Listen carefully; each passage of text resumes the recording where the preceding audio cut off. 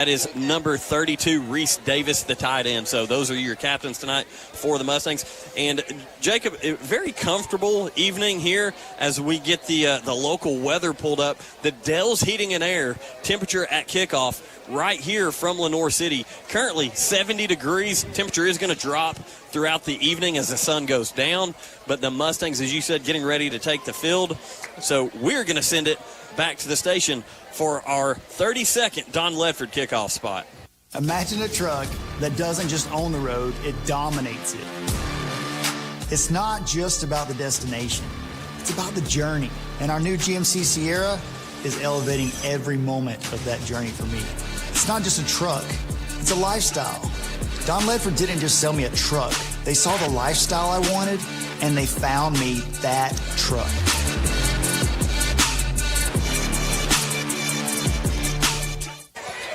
Welcome back again. Walker Valley has won the toss. They elected to receive to open up this game, so they will be on offense first. Back deep for the Mustangs, number 8, Kason Cunningham. Looks like Chase Stevens is out on one of the wings, and I believe that is Scruggs. Thavin Scruggs, yes. On the home side. So once again, this has been the Cleveland Ford Friday Night Football pregame show located in the Bradley Medical Center broadcast booth. Along with Jacob Mason, I'm Andy Morrison. We are set for kickoff live here at Lenoir City. The kick is up. It's a pooch kick. It's going to be taken by... That's number 1, Sawyer Boyd, and he hits the sidelines, and he's already across the 50, he may be to the gone. 40, to the 35, to the 30, to the 20, to the 10. Sawyer Boyd puts the Mustangs on the board on the opening kickoff. Man, what a play. Caught the ball. I'll be honest, the first thing I thought when they kicked that ball was that's the last person you want to kick this football to. And so they kick it to him. He makes one guy miss on the sideline, and if you're a Lenoir City fan, you're thinking, okay, he's going to get caught. We all know how quick this dude is. Yeah. So he had to slow down to make the guy miss, and then the pack kind of trailed behind him, and then he just turned on the burners and beat everybody in the end zone by 20 steps. Well, we didn't even get to do our Honda Cleveland starting lineups because Sawyer decided to house one before the clock even started. And so I'll say this, though. I'm curious if Lenoir City's coaches, I'm not trying to throw shade here, but did you watch any film of last week's game that I know Coach Aiken sent over? Yeah. Did you watch that? Because if that's the case, why are you pooch kicking to Sawyer Boyd? He let you know why you shouldn't right there. Yeah, again, like I said, the moment they pooch kicked that to him, I was like, man, that's kind of like the last person you want to kick that football to. And, you know, he did exactly what he did. So they're trying to get – the clock never started, and so that's why we haven't announced the extra point yet because it hasn't happened. They're waiting to try to kind of fix those clock issues to see what's going on.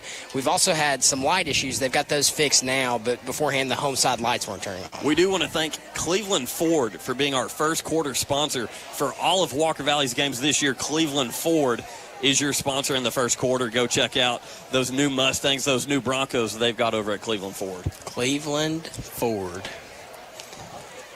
You Ford guy? I was about to ask you the same thing. I do. I like one of the first vehicles I ever drove was a Ford Mustang. It's funny. My dad has always drove Ford trucks.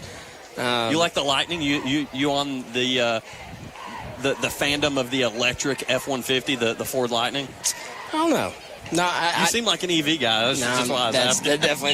Definitely not. I'm not throwing any shade at any EV guys or anything. But it's funny. It is funny. I've never owned a Chevy, but all my favorite NASCAR drivers are Chevy drivers. So, you know, I spread the love around. Listen, if you're tuning in for the first time listening to Walker Valley football as Chris Mallett gets set for the extra point here for the Mustang, and there is a premature movement there on that front line for the Mustangs, I believe. So they're going to throw down the penalty marker, once again sponsored by the Bradley County Litter Grant. But if this is your first time tuning in to a Walker Valley game and you hear me and Jacob kind of going back and forth, that's how we get through the night. We have a lot of fun with each other. We give each other a hard time, but it's all in love, right, Jacob? Definitely so. All in love. We've been doing this a long time together. We do a radio show every day together. We used to work in the same classroom. We kind of just have a conversation with each other, and I think that's what makes it fun. That's right. So now we are set for the extra point, sponsored by Independent Insulation Services, your spray foam experts. So kicker Chris Mallett ready. Good snap this time. Chase Stevens gets the hold down. Extra point is up and good. Walker Valley with 11:48, which they did say they figured out, hey, let's put the clock at 11:48. That's how long it took Sawyer Boyd. I doubt it. Didn't take that long for him to get to the end zone. But that's what Lenoir City's wanting to do. They're wanting to burn that clock. Walker Valley 7, Lenoir City 0. We'll be right back here in 30 seconds. When competition is fierce, sports injuries happen, and Center for Sports Medicine and Orthopedics is here to help. Saturday sports clinics are available at our Chattanooga and Cleveland offices from August 23rd through November 8th for the treatment of non-emergency orthopedic injuries like sprains, strains, and fractures. Doors open at 9 a.m., no appointment needed to be seen by our highly trained physicians and clinical staff. Saturday sports clinic dates are subject to change. Check sportmed.com for the latest information. That's sportmed.com. Welcome back to Cleveland's Oldies 99.1, your official home of Walker Valley sports all season long by Wholesale Supply Group. Walker Valley kicking off. It's a high kick. It's going to go all the way down to about the 12-yard line. Taken. He's to the 20, and he is swallowed up by, it looks like, Reese Davis. That might be 33. On return. Yeah, I don't know. I missed the number on that, but swallowed up around the 19-yard line where Walker Valley's defense will come out. Let's do the starting lineups for the defense. That's the Honda Cleveland starting lineups. So the starting lineups at the D-line position, number 69, Lane Ferris, 47, Eli Robinson, 41, Cooper Gotze, 42, Jonathan West. Linebackers, Caleb Jackson, Braylon Beard, Tyler Goldman, and Miles Hawk. In the secondary, you have Thavin Scruggs, C.T. Gunter, Aiden Burns, and Michael Wood. Mike Wood. Did he get any interceptions in the East Ham game? He sure did, and he is now the all-time leader in interceptions at Walker Valley High School. So Michael Wood not probably going to get a lot of opportunities to get an interception tonight as Lenoir City does muster up some yardage on the first offensive snap of the game that they have. That's a 9-yard gain by their running back. I believe that was number 20. 21, I believe. 21, okay. That's Caden J. Bring up second one for the Panthers. So, 2nd and 1 here for Lenoir City. Lenoir City in their all-black uniforms, orange numbers. Ball snapped. It's going to be a handoff right side, and he's going to get about 2 yards. They're going to mark him. They're going to mark him for about a yard, 2 yards. So it's going to be enough for a first down here for Lenoir City. Ball's going to be marked at the 34-yard line. Just to let you guys know that if you're listening at home or in your vehicles, this is a different Lenoir City team, very much so from last season. We talked about during the pregame show some of the departures that they had and a lot of seniors on last year's team. They have some big bodies on the offensive line, but this is a very run-heavy team. You're not going to see a lot of passes from Lenoir City, and as I say that, the quarterback drops back and completes a pass all the way across the 50-yard line for about a gain of 17. Yeah, that pass was to number 13. You're going to have to give it a second. Their numbers are out of order. That's Devontae Tony, wide receiver, DB.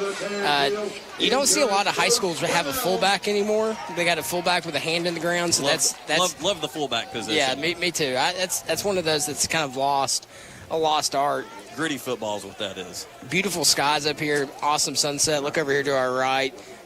Lenoir City has a beautiful turf as well. Ball snapped. It's going to be a quarterback keeper up the middle. And so far, they're doing a good job of powering their way up the middle in the run game.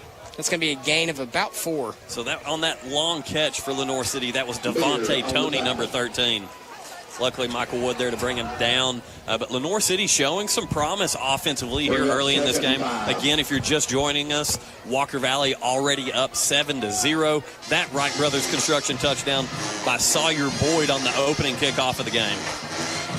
So they're going with a 2 fullback set. Ball snap, handed off to the right side. He's going to keep his feet moving and drag a couple Mustang defenders with him, and that's going to be enough for another first down here. Ball's going to be marked at the opposite 35-yard line. Yeah, Lenoir City continuing to run the football, move the football. Voitech Center for Orthopedic Care for all of your orthopedic needs. Voitech, that's Voitech.com. Dale's Heating Air, just call Dale's, justcalldales.com. Sorry, I was kind of vibing out to the Walker Valley Pep Band that is not much of a pep band. They've got things rolling over there. Ball snapped. It's going to be a fake handoff. Quarterback drops back, looks deep. He's got a man open, and he's going to overthrow him, and they're going to call a flag. Ball was not catchable, but they're going to say that it is pass interference. Let's see if they have a conversation about it. And I definitely hope they do. That was Thavin Scruggs in on the coverage for the Mustangs. And I believe what they're calling is he jumped in front of the route and dove with the left hand, and they're saying that he hooked with that right hand on the hip as he did that. But it was an uncatchable football, as you said. Yeah, I'll be honest. It was kind of unneeded from Walker Valley. The ball, it's a hard, quick decision to make as a DB, but that ball was 5 yards overthrown. It wasn't catchable. And when you make an effort like that, the official sees it, and it might make him think, hey, that is a catchable ball. Yeah, so ball snapped. It's going to be a quarterback keeper off the right side. And this is number 20 for Lenoir City, trying to get to the edge there. That's out of that wildcat formation that they'll also run. So you got the Boo Birds over here for Lenoir City. The tackle continued kind of after the play. Not anything malicious, but they were wrapped up, and that turf slipped over there. Also, if you remember from last year, and you can see it on this side, the fence is not very deep here at Lenoir City. So I think he ran into the fence because it's not even 5 yards off the sideline. Yeah, I remember last year, Coach, having conversations with the players, basically saying your butts need to be towards the fence line so that we can operate and move. So Lenoir City in the shotgun this time. 2nd down and 10 for Lenoir City on the Walker Valley 21. Ball snapped. It's going to be another Wildcat snap up the middle. It's going to be a gain of about 3. Another good tackle there by number 41 of the Mustangs. That's Cooper Godsey, the junior. That's going to bring up a 3rd down, I believe. There's a player injured on the field, so we're going to take a timeout with him. Your timeouts are sponsored by Milligan Vane. We'll be back in 30 seconds. From the job site to the showroom, Wholesale Supply has the top brands you trust at the prices that work for your bottom line. With over 30 locations across the Southeast and over 75 years of service, no one supports our contractors and communities like we do. Wholesale Supply, built to supply, trusted to deliver. Looking for a place to belong? At Charleston Cumberland Presbyterian Church, everyone's welcome. Come experience joy, hope, and community this Sunday at 11 a.m. Charleston CPC, where God's love meets you right where you are. Located at the corner of Highway 11 and Lauderdale Memorial Highway, Charleston, Tennessee. Welcome back to Cleveland's Oldies 99.1, your exclusive home of Walker Valley football, spot all season long by Wholesale Supply Group, open to the public. The injured Lenoir City player is on his feet, thankfully, and he's jogging off the field, so that's always good to see. But that's going to bring up 3rd and let's call it 4. Yep. Lenoir City. Ball's going to be marked at the 15-yard line. On the scoreboard, they have it at 3rd and 5, but it's definitely not quite 5 yards, I don't believe. Again, Jacob and I are set up here in the home side press box. Lenoir City with the football, running it between the tackles. They're going to pick up enough for that 1st down.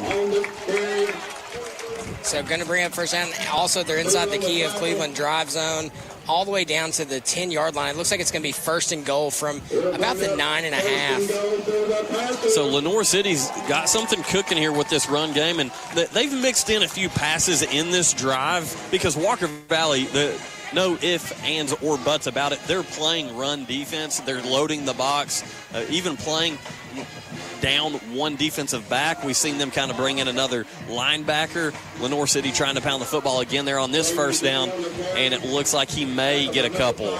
Yeah, he's going to get a gain of about 6. Okay.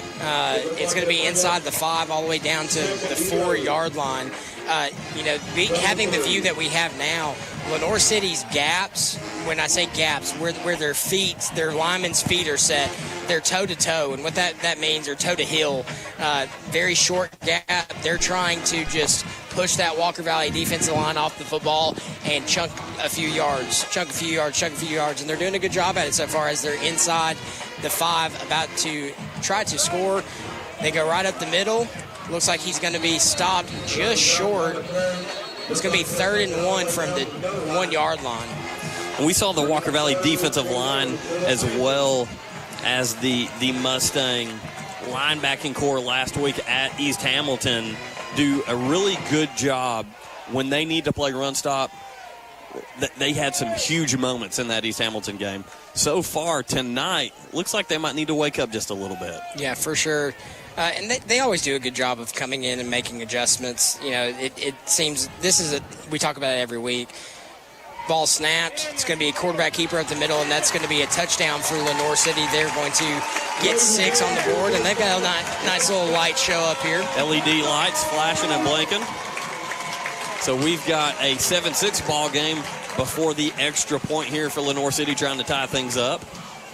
Yeah, you know, normally that first drive is scripted. It's your most successful plays. Then Walker Valley's defense does normally a good job of kind of coming in, settling down. Making those adjustments. Making the adjustments they need to make, seeing where they're getting hurt. And so hopefully we'll see them do that tonight as well. But your score currently is 7-6 with 6:24 left on the clock. Extra point is set, snapped. Nearly blocked, but it's going to be good. Your score, Walker Valley 7, Lenoir City 7. We're going to take a quick break. We'll be back in 30 seconds. The Rocktober sales event is here at Cleveland Ford. Get up to $20,000 off MSRP on select new 2025 F-150 models, or shop select new 2025 Explorer models starting at $33,997, or select new 2025 Bronco Sport models starting at $25,997. Visit clevelandford.com and ask for Crazy Craig. Honest people, honest deals, and home of the $39 oil change for well-qualified buyers, plus tax, tag, title, and $799 closing fee on select models. See dealer for details. Offer ends November 3rd, 2025.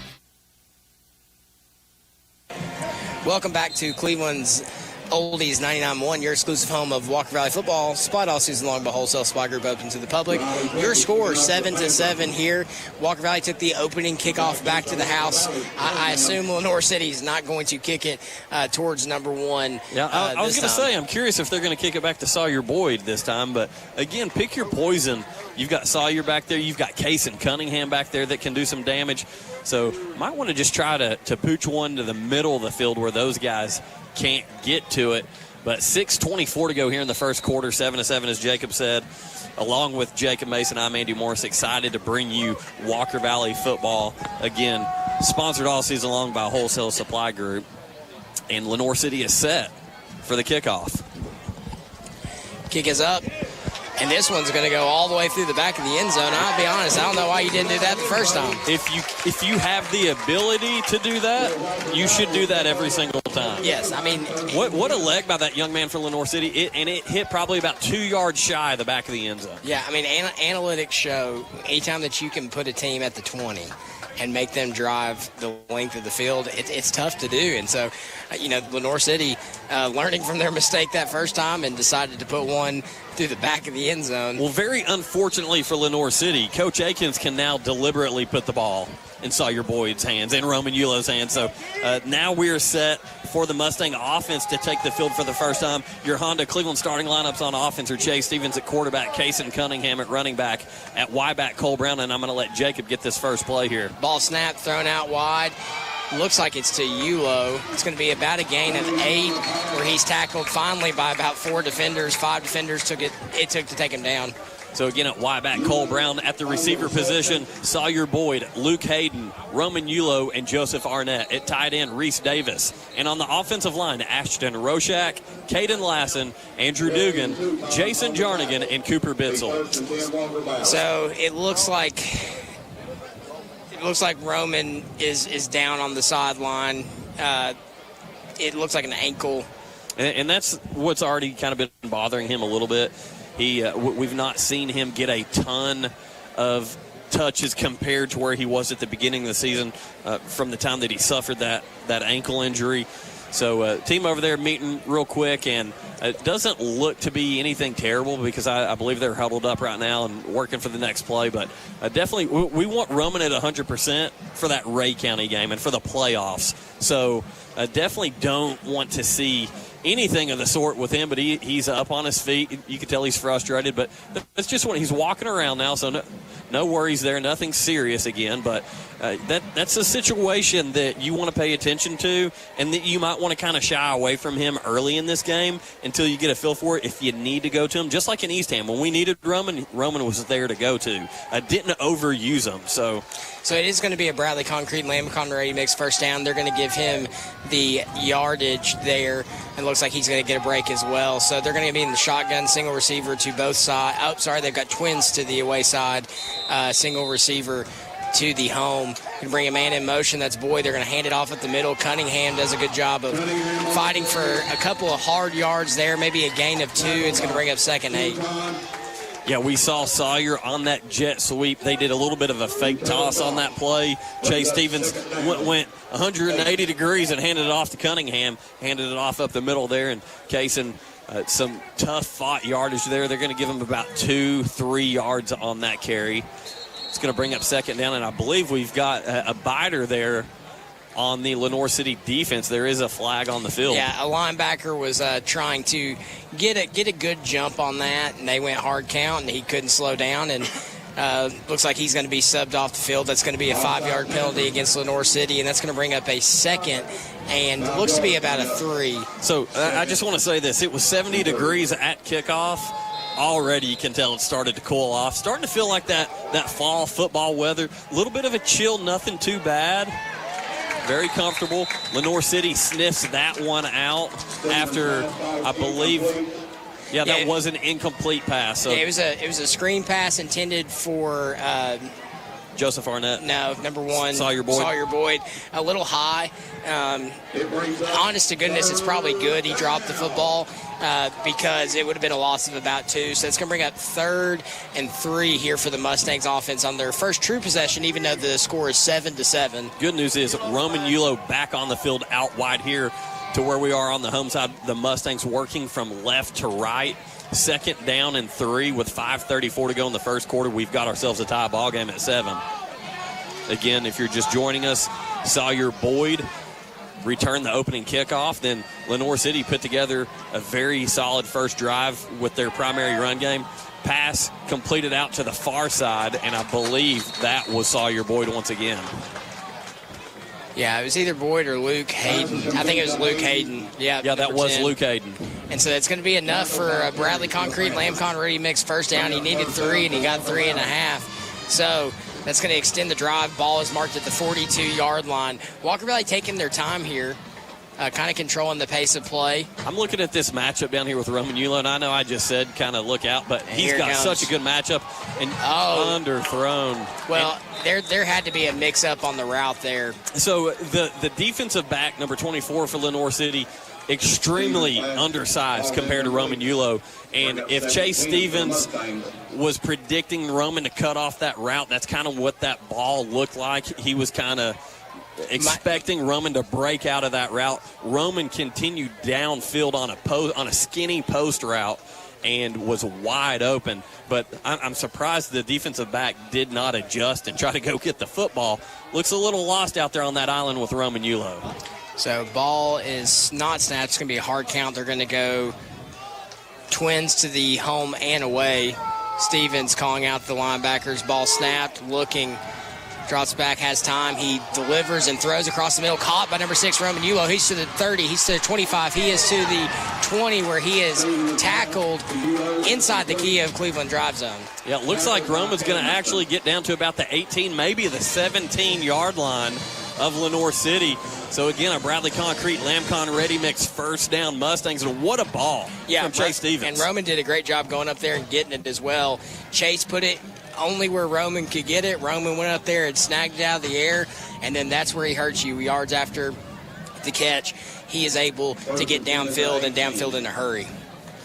So now the Mustangs taking their time getting this play call in. 4:35 to go here in the first quarter inside the Kia Cleveland drive zone. Tied at 7, 1st and 10 Mustangs. Ball spotted at the 18. Snapped, looking out wide to Yulo again. Yulo going to take it inside the 10, be pushed out of bounds. I'm looking for a penalty there, to be quite honest with you. Ran into the fence. Was clearly pushed out of bounds early and then just kept on pushing. But little eye for an eye there, I would say, similar to what we saw over on the Mustang side of the field. So each team has one. Now we're going to police it, I'd say. Yeah. So, First and goal. Look a little bit more like hockey, checking them into the boards there, aren't we, Jacob? It is.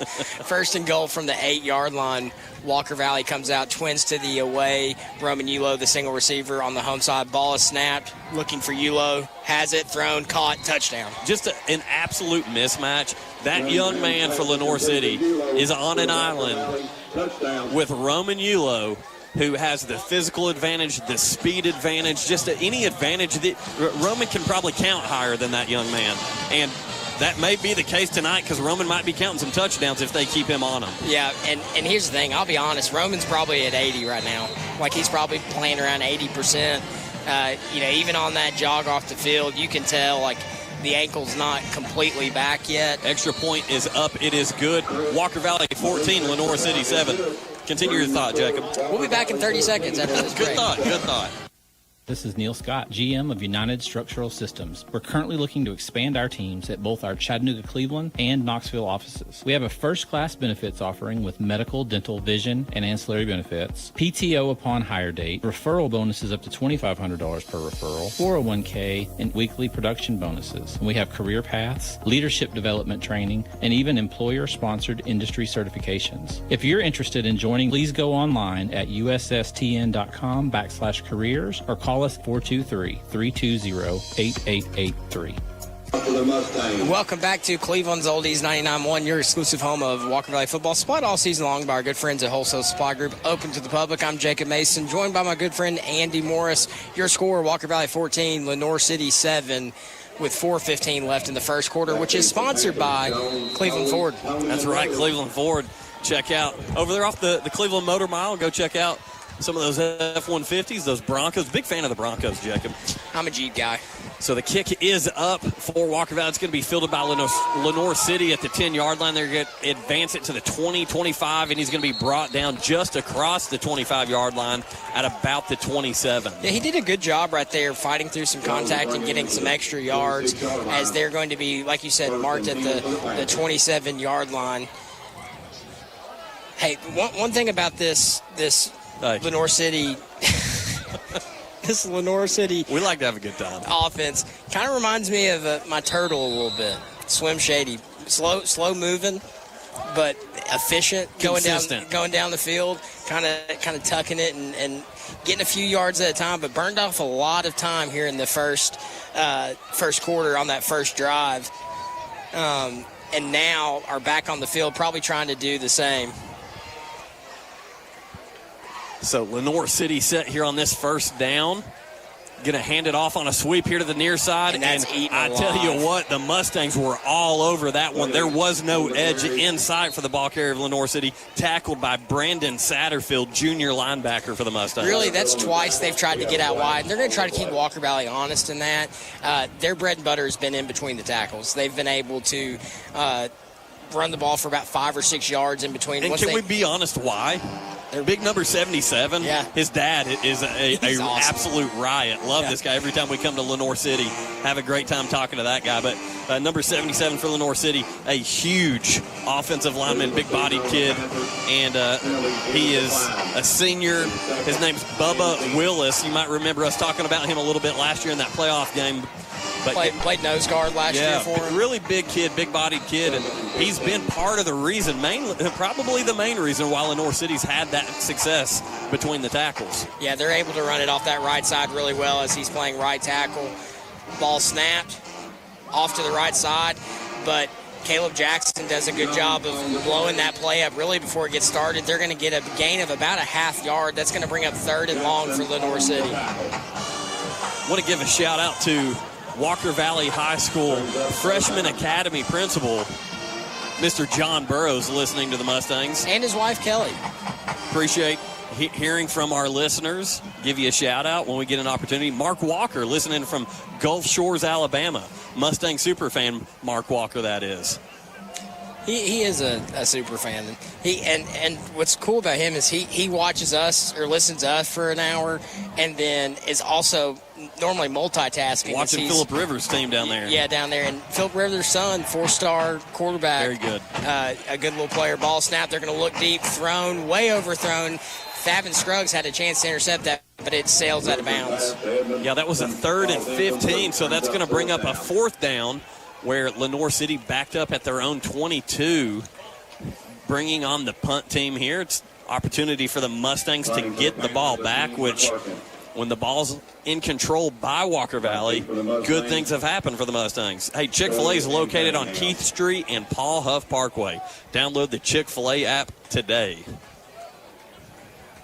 Crown, your Jeep and Ram headquarters in Southeast Tennessee, I-75 at exit 20. So Lenoir City is set to punt for this Cleveland Utilities power punt here. Back deep for the Mustangs, number 8, Cunningham, and number 1, ball snapped. Kick is nearly blocked by Scruggs. Cunningham is going to wave for that one, and ball will be marked at the 43-yard line. Yeah, smart fair catch there by Cason Cunningham. Fielded it at the 43, as Jacob said. And the coverage team by Lenoir City did a really good job getting downfield, and not a lot of blockers in front of him. So Cason Cunningham, good call there with the fair catch. So, like we said, Walker Valley's defense coming out and making the adjustments as needed. Got them to 3rd and long, and we're not able to convert on the 3rd down. So now they have really good field position. Ball's going to be marked, like I said, at the 42-yard line. They backed it up a yard. Walker Valley's going to come out and trips to the home side. Extra tight end to the far side. Ball snapped, looking, thrown. That's Yulo. Makes the first guy miss. Runs over the second guy and runs through the 3rd. Ball's going to be marked across the 50 down to the, it's going to be just enough. He's going to get a gain of 11. That's going to be a first down.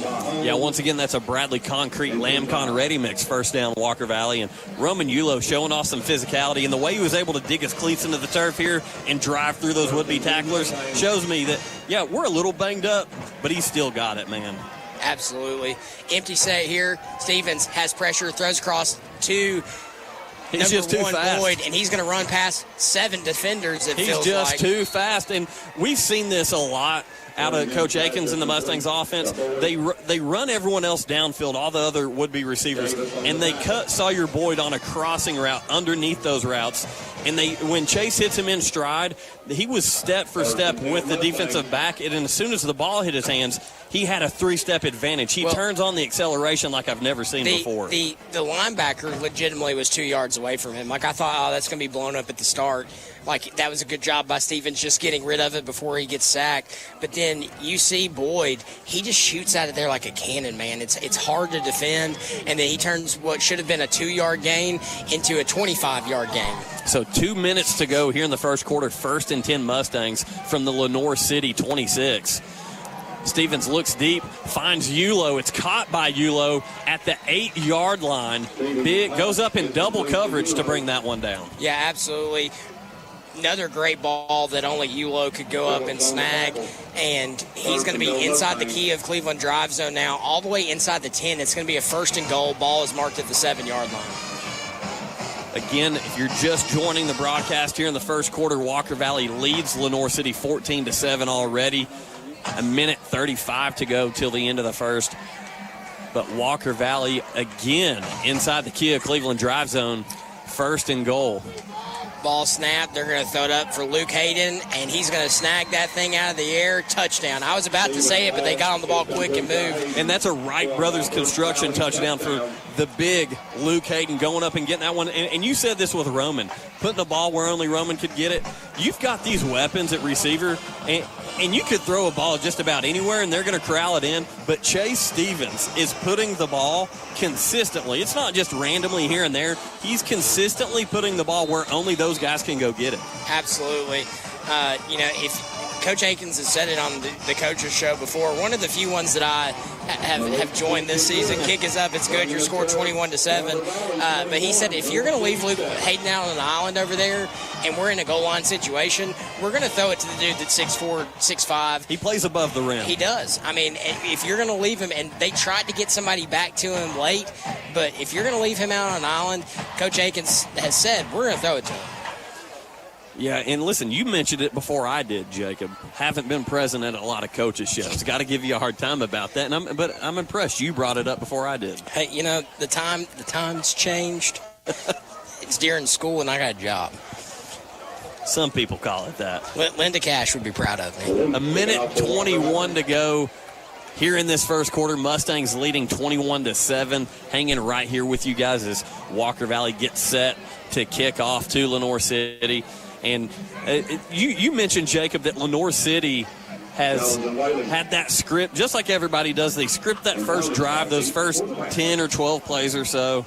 And since then, we've seen Walker Valley's defense step up, play a little bit looser, start to play the feel of the game and not necessarily against a script.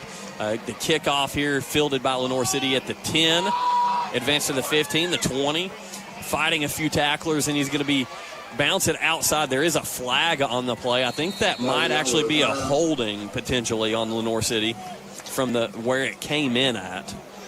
Yeah, it came in from the defensive, like the kick side. Kick coverage unit side. Yeah. And so it's funny, it almost hit the head official. So he comes out. It's going to be a chop block. Can you give a chop block on a kickoff? I think if you're attacking a knee, yeah, I would say that is something that I've ever seen it called on a kickoff before. Legal block below the waist. Block below the waist. So that's going to march them back.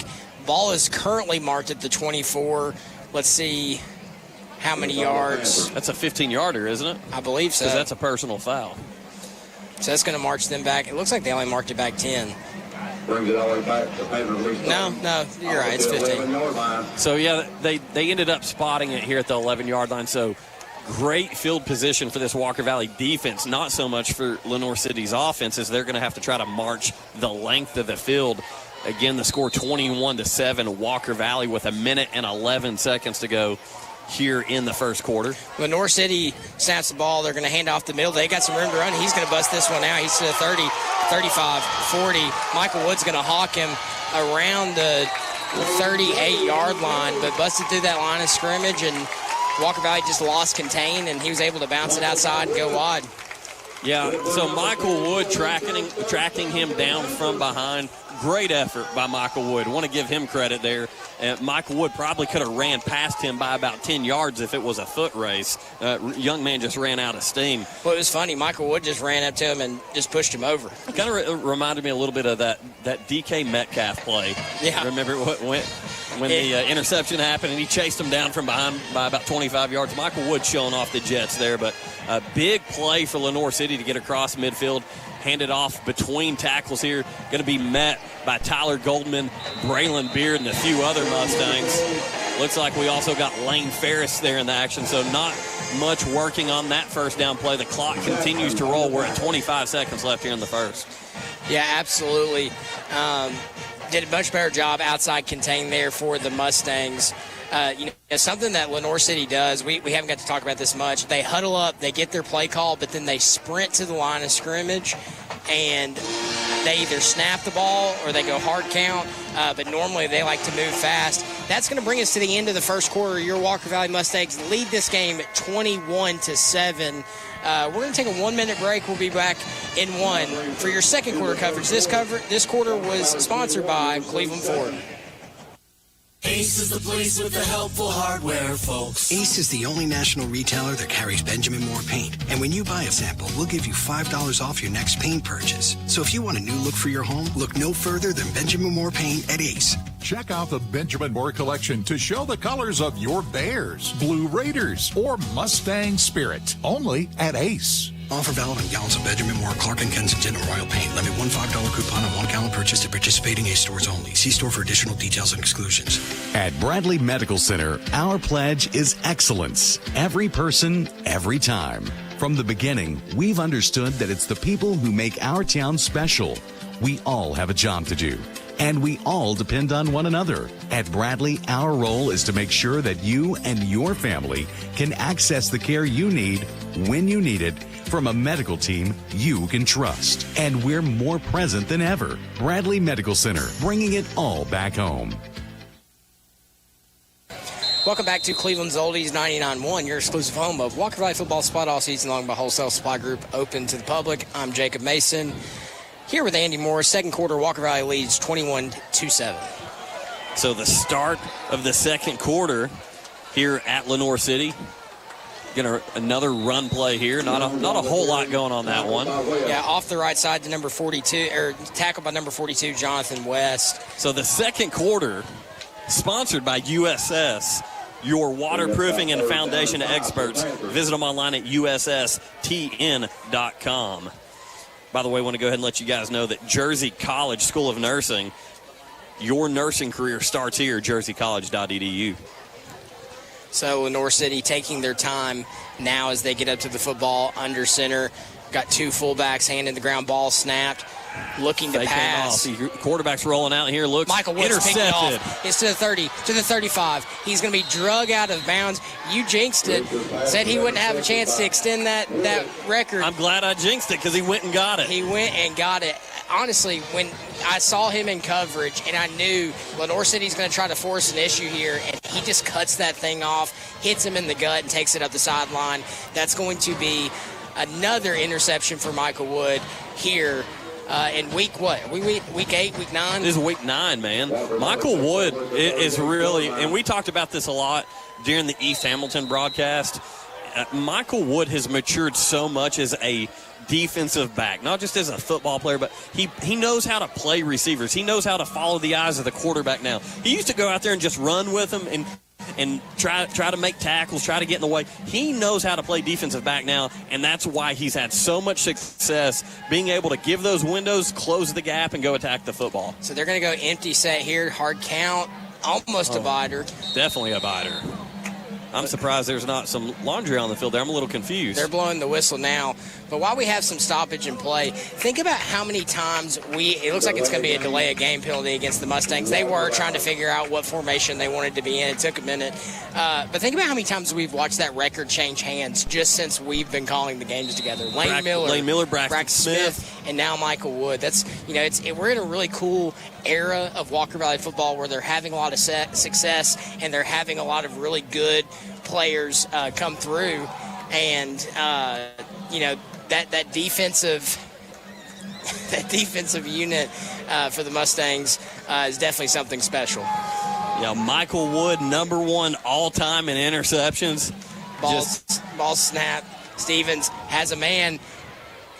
Knocked out. Good coverage. That was put right in the basket there for Sawyer Boyd, and the defensive back last second able to sneak a hand in there in stride. Another great ball by Chase Stevens, because I want to make sure I emphasize that. These receivers can do some very special things. Luke Hayden, Roman Yulo, Sawyer Boyd, Joseph Arnett, but Chase Stevens is facilitating that. He's putting the balls there and saying, go get it, go run to it. And that was going right into the basket there, and a great play by the safety for Lenoir City to get his hand in there and bat that one away. Yeah, so that's going to bring up 2nd and 15 after the delay of game on first down for the Mustangs. Ball is marked at the 33-yard line.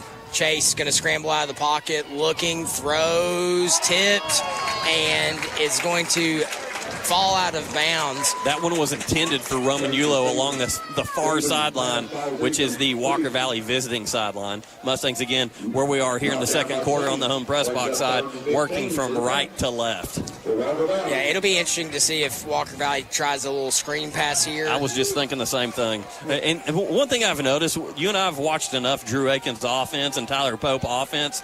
We kind of get a feel for things. Curious to see if that's where we're going right here. Yeah, we'll see. They're going to go twins to the far side. Single receiver, which is Roman Yulo, to the home. Ball snapped. Looking. Cunningham falls. Ball's thrown. Has to dive and go get it is Sawyer Boyd. So that's not going to be enough for the first down. It's going to be short for about 5 yards, I believe. That's going to bring up 4th and 5. They're going to march it up to 4th and 4. Yeah, Sawyer Boyd did a good job.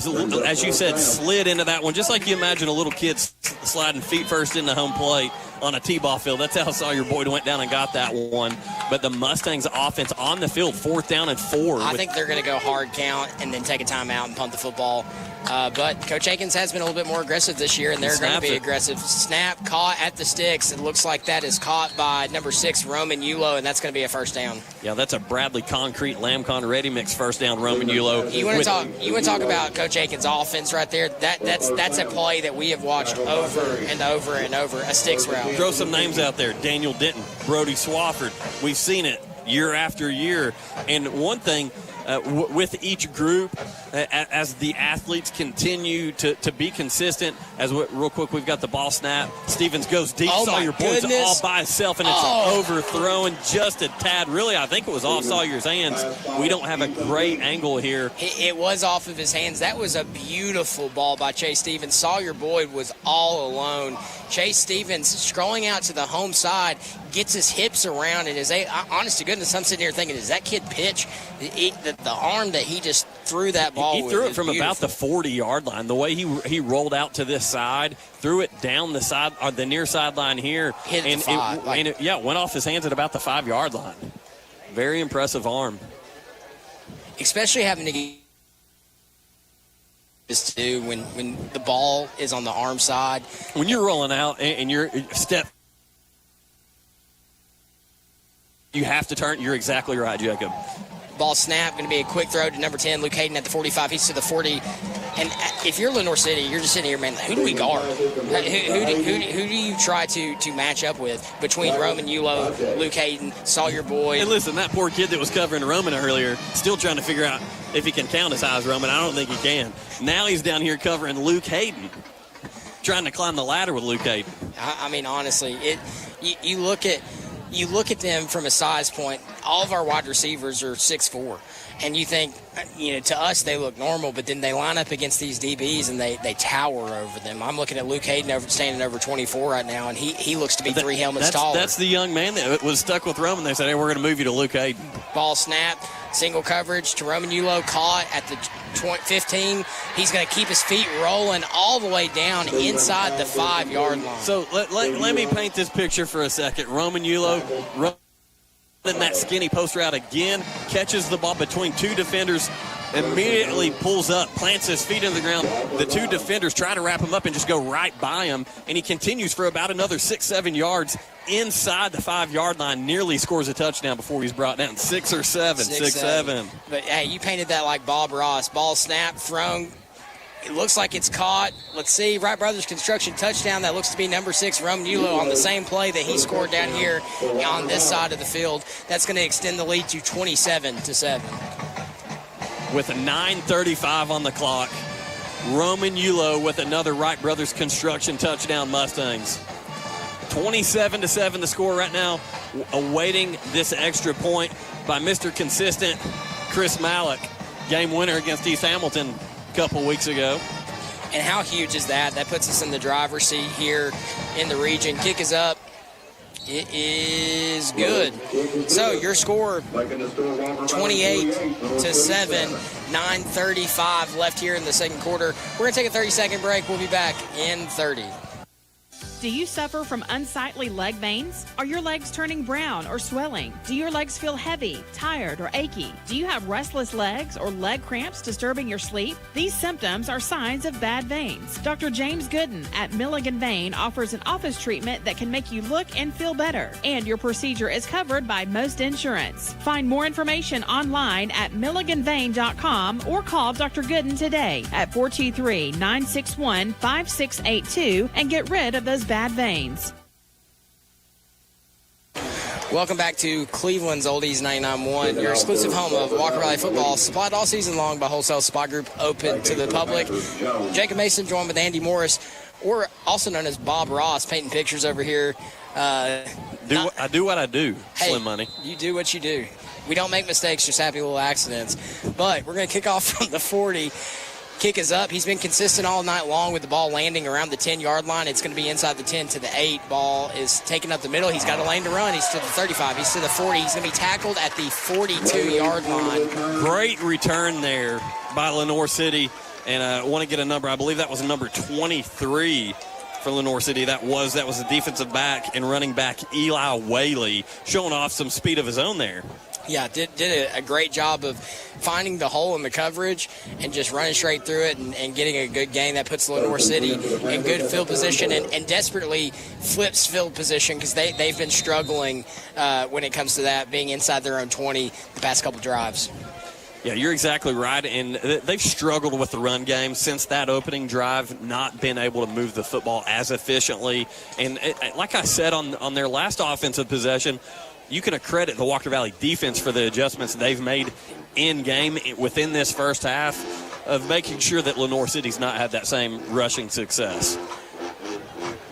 They're going to go with a 2 fullback set. Ball snap, going to be a fullback dive. Going to get a gain of about 2. Walker Valley does a good job of adjusting. Lenoir City center is in a 4-point stance. One hand on the football, one hand in the ground, and leaning like he's trying to run straight through your face. That kind of shows you what this Lenoir City's offense is trying to do. They're trying to pound the ball up the middle. Walker Valley's done a good job of adjusting to that as they stop them on about a 2.5-yard gain. Yeah, one thing I've been watching Big Bubba Willis for Lenoir City, number 77. Just about every play, doesn't matter who's in front of him. He's been getting such a push for them. Goes into pass blockers. They complete the pass, and that is going to be enough for a first down, Lenoir City, around the Walker Valley 45-yard line. But I was watching Big Bubba on that play for Lenoir City, and he's such a weapon for them on the offensive line. He's been a lot of the success between the tackles for that run game for them. But we're seeing them. We're getting a lot of guys over 77. So he's getting a good push, but there's guys coming around him at this point, linebackers for the Mustangs. That we've done a better job taking away that inside run game, and now we're starting to see Lenoir City resort to some of these outside passes. Not seeing a lot downfield, though. So Lenoir City is on the football. Looks like we're going to call a timeout here. Yeah, Lenoir City's timeout. That timeout is sponsored by Milligan Vane. We're going to take a timeout with them. We'll be back in 30 seconds.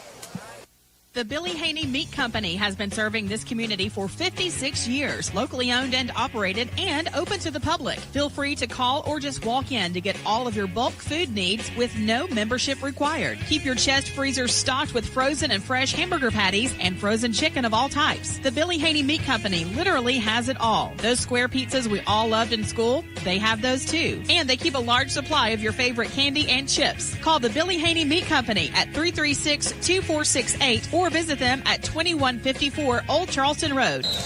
Welcome back to Cleveland's Oldies 99.1, your exclusive home of Walker Valley football, supplied all season long by Wholesale Supply Group, open to the public. Jacob Mason, joined by my good friend Andy Morris. Your score 28-7. I want to give a shout out to the dad. Dad's at home listening to the game tonight. Excited to have you listening to us as well. I know Mr. Gibson is listening to us as well. Had a very talented son that played here, Gibby, as we like to call him. Sure did.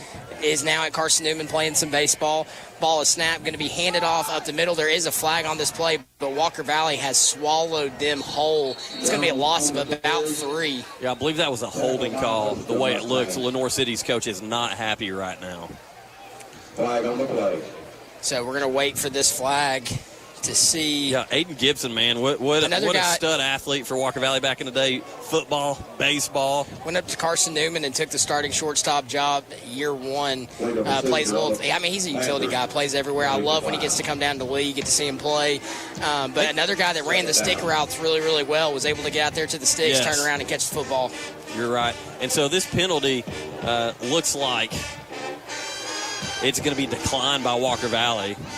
Yeah, you got a loss on the play. Yeah. Second down. Hey, shout out to Mark Mason, your dad listening. Has he seen your yearbook photo yet? No. You want to talk about my yearbook photo, though? That's a good one. Good stuff. Ball is snapped. It's going to be a screen pass tipped. Well set up, just not a good throw by the Lenoir City quarterback, incomplete. But the reason I bring up your yearbook photo is because I told Jacob, he showed me, he's laughing about it. He shaved all his facial hair. Always has had a little goatee going on. Shaved it, and I said, dude, you look like your dad in this picture. That's the first time I've really was like, man, that's an eye for an eye right there. But yeah, for sure. I for the listeners at home, I do a funny yearbook picture every year. My wife now works at the middle school with me, and she's right next to me in the yearbook, and it's a good way that I can embarrass her and have a good time doing it. So Dr. Corey Lindbergh contemplating if he wants to keep Jacob around down there at Ocoee Middle. Probably not. I'm going to have to be looking for a job soon. I'll be calling Duracell. Hey, listen, they're hiring mechanical skilled technicians. Great 401k, tuition reimbursement, and more. Hey, there's a flag on the play. It's going to be a delay of gain against Lenoir. Listen, delay of game coming off of a penalty. Oof. So this is the thing. That one right there, getting that play in, that's not on your players. You're frustrated chewing them out right before that, and then you get another one because you can't get a play call in. Honestly, that's what just happened right there. So the excitement and anger is kind of chilled out a little bit on that Lenoir City sideline. 8:23 left in the ball game. Walker Valley leads 28-7 as Lenoir City keeps on going back. They're going to do a toss and a pass, looking deep. Michael Wood. And it's going to be overthrown. So pulling out the trick play out of the book, that's going to bring up 4th down and the kicking unit. I got to be honest, though. Michael Wood initially bit in early and was a couple steps behind the would-be receiver. If that ball wasn't overthrown, could have been a dangerous play there. That's what makes these run-heavy teams dangerous if they are willing to chuck the football downfield. Because they kind of lull you to sleep. You see run, and then you see a pitch pass, it's just a pitch, and then turns into a pass. Michael Wood bit trying to do run support and then had to get back, and luckily overthrown there by the running back of Lenoir City. So kick, it's going to be a fake toss, caught short of the first down. I like the idea there. And so what they did, they kind of lined up, not in a full punt set, but the punter was much closer than normal, and he showed punt and then kind of did a little Tim Tebow-esque jump pass, completed the pass, but a couple of yards shy of that first down marker. I like the idea. You got to make sure as that receiver that you're across the sticks. Yeah, you've got to get to the sticks and then turn. He was turned going across the field beforehand. So just the timing not there. Walker Valley's going to take over at the 35-yard line, where this Mustang offense hasn't been stopped yet. They've been slinging the football around the field as they've already got 28 points on the board. Voitech Center for Orthopedic Care. For all your orthopedic needs, Voitech.com. Dale's Heating and Air. Just call Dale's. Just call Dale's.com. So Roman Yulo, the single receiver right here, Twins to the away side. Ball is snapped. It's going to be a fake handoff. Looking, has plenty of time. Finds the open man, tipped, and incomplete. Intended for number 32, Reese Davis. Yeah, Reese Davis kind of just turned into a defensive back there, wanting to make sure that ball didn't get intercepted. Chase Stevens tried to let the play develop because good coverage there by Lenoir City. Didn't really have anywhere to go with the football. Then he saw Reese coming across the middle of the field, and he kind of forced it in there as the safety made his way over. So Reese just put his hand up and deflected the football. Yeah, you see where his reads were. They were trying to hit Boyd coming across the line, but Lenoir City did a good job and took that away. And he just read the field and found Reese Davis, but he did a good job of just deflecting that down. Ball snapped. Going to be a handoff to Cunningham. Cunningham's got some room. He is going to have enough for a first down and more. He was one broken tackle away from taking a house call there. That would have been about a 65-yard touchdown run, just brought down from behind as he got the Wright Brothers the Bradley Concrete Lamcon Ready Mix first down. We've been saying Wright Brothers Construction a lot tonight, so I can understand why you're getting that one mixed up. They're going to go Twins to both sides of the field. Cunningham is the single back. Stevens in the shotgun, hard count, no biters. Looks over to Coach Akins for the call. I want to point out an adjustment that Lenoir City's made. Their defensive backs are playing like 10 yards off the receivers now. They were playing a little bit closer earlier in the game. Ball snap. Stevens looks across the field, caught by Roman Yulo. Breaks to the first tackle. He's going to take this thing to the house. He's to the 10, to the 5. Touchdown, Roman Yulo. That is a Wright Brothers Construction touchdown, Roman Yulo. There's your Wright Brothers call. And I tell you what, Roman Yulo just kind of big brothering people are out there. These Lenoir City defensive backs do not stand a chance as Roman's kind of been stiff-arming. He's been lowering the shoulder. We haven't seen him jump over anybody yet. That might be next, taking one out of Sawyer Boyd's book. But Roman Yulo, what a game for him. And they might have heard us talking about, Roman's a little banged up, might want to take it easy. And Roman said, hey, give me a second. Nah, dog. I'm going to put 3 tutties in the first half. Yeah, that's right. So, Malik's kick up, good. Your score, Walker Valley 35, Lenoir City 7. We're going to take a break. We'll be back in 30 seconds.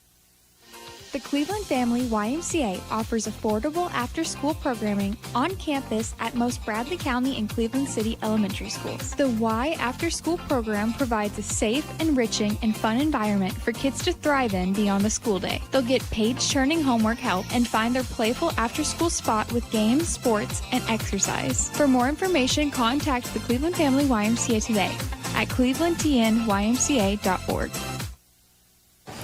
Welcome back to Cleveland's Oldies 99.1, your exclusive home of Walker Valley football. Spot all season long by our good friends at Wholesale Supply Group, open to the public. I'm Jacob Mason, joined with Andy Morris. Your score, 35-7 here at Lenoir City. Walker Valley leads. And as the Mustangs get ready to kick this one off with that 35-7 lead, got to let you know that Crown is your Jeep Ram headquarters in Southeast Tennessee off I-75 at exit 20. Shop over 225 new Chryslers, Dodges, Jeeps, and Rams. You can visit crownchrysler.dodge-jeep.com to view those phenomenal vehicles. Kick's going to sail to the 6-yard line. He's going to take it up the gut, and he's going to have another good gain down to the 37-yard line, doing a good job of letting the blocks develop, finding the hole, and just running right through it. Yeah, Lenoir City's been able to give themselves some decent field position to start these drives, but then the Walker Valley defense walks onto the field and says, all right, slow down, guys. 10 on the 39. Yeah, Walker Valley's defense did a good job adjusting after that first half. Lenoir City did a good job of coming out very balanced. We talked about them being run heavy. They ran the ball a couple times, then popped it downfield. Ran the ball a couple times, popped it downfield. Since then, Walker Valley has kind of tightened things up and read it well. Luckily, survived the trick play on that last possession, so they're back out here on the field. So we've seen a little bit of a trend here. Lenoir City down 35-7 with 7:04 to go till halftime. A little bit of urgency on their side, knowing that they got to score. Do you think as they run between the tackles and nothing going there, as there's about 7 Mustangs there to meet the ball carrier, do you expect them to open up a little bit and try to start slinging the football around here before we get to halftime? If the score was 21-7, yes. Yeah. With it being 35-7, probably not. I think they're going to stay within themselves. Like you just saw another fullback dive there for a gain of maybe a half yard. It's going to bring up 2nd and 9. The reason I'm asking that, I already got the mojo going for Michael Wood to get that interception earlier. Again, all-time leading. And here we go. Lenoir City rolls out to pass. He feels pressure, though, and the ball's just got stripped. Ball's out. Great job. Lenoir City recovers. Walker Valley tackles the defender for a loss of about 8, let's call it 6 on the play. So I'm trying to see, I believe that was Lane Ferris potentially. It was either Lane or Aiden Burns. They were both right there around where that ball was stripped. Could not get a number. But a good job. Ball carrier kind of carrying the ball loose, swinging his arm out. And a good job by the Mustang defense to get in there and cause the fumble. But the reason I was asking if they were going to pass, Tyler Goldman's made some consistency from a linebacker, getting some interceptions as well. Kind of like to manifest one of those for Tyler Goldman. Ball snap. They are going to pass again. He scrolls, looks, intercepted. Oh, they're going to blow this one dead. Oh, they say he was out of bounds. And listen, the only way that would have been any cooler if it was Tyler Goldman, but it was Zach Raines. Zach Raines, number 20, doing like Tyler does, cutting off underneath those routes, drifting out from that linebacker position. Yeah, Zach Raines, we've seen him run the football this year. Now getting to see him on the defensive side of things, playing a little linebacker. Mustangs, Boyd and Cunningham. So back deep, Boyd and Cunningham for this Cleveland Utilities power punt. Kick is up. It's a good one. It's going to bounce at the 30 and take a Walker Valley hop and go back to the 32. Yeah, that Mustang defense just has this game under control right now. 35-7, 5:18 to go till halftime as Chase Stevens and this Mustang offense get set to take the field once again. Roman Yulo already with 3 touchdowns on the night. See if he can add to that. We're still, as I said, 5 minutes and 18 seconds away from halftime. Talk about Roman getting some stats for some missed games here. Yeah, Roman, like I said on the first play of the game, kind of went down awkwardly. Was wrapped up and tackled around the legs, and we thought, oh goodness, but has come out here and shot out like a cannon here in the first half with 3 touchdowns on the night. Like you said, kind of playing big brother ball. Ball snap, going to be a throw. It was the timing was off there. Intended for a little swing screen for Boyd, incomplete.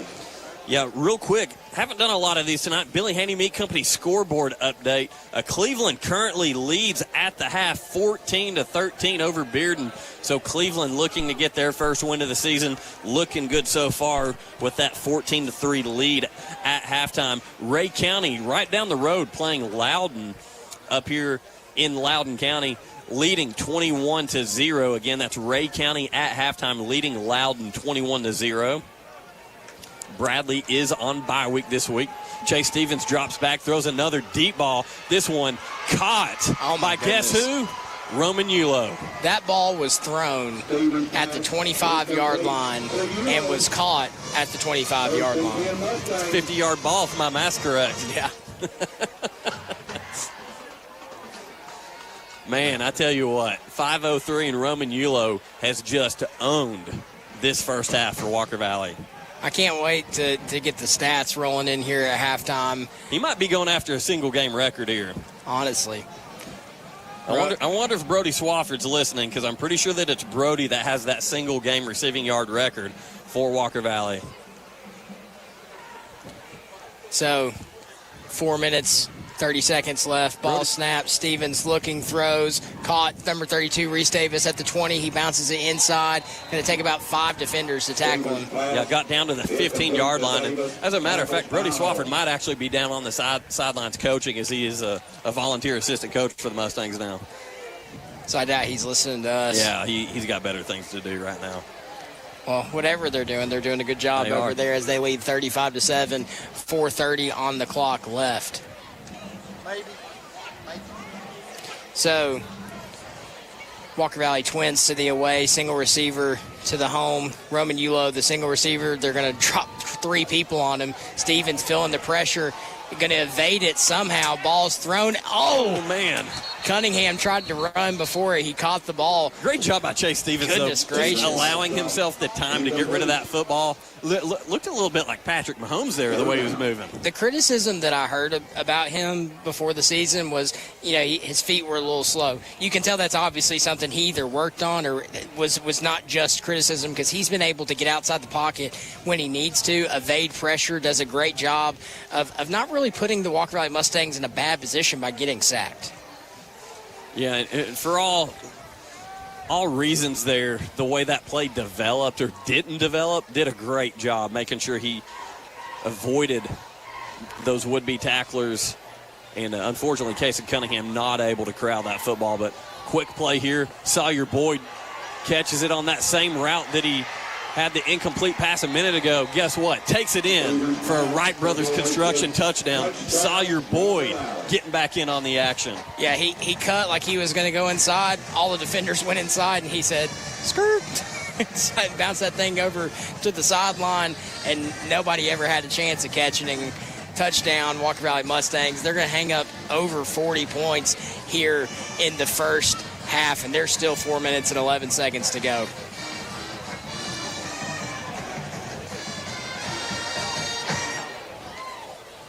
So Malik's kick up. It's a good one. Your new score, Walker Valley 42, Lenoir City 7, 4:11 here left in the second quarter. We'll be back after this 30-second break. Selling mattresses the retail way isn't the best way. Most mattresses are made in a large factory and shipped hundreds of miles to a retailer's warehouse, where the retailer then marks them up and up before finally selling and delivering them. At Mermaid Mattress, we are the factory, so we eliminate the extra steps and create a direct line from our factory to you, saving you hundreds of dollars. So experience more than the national chain store can offer and spend your dollars locally. Mermaid Mattress. Better mattress, better price, better sleep, better life.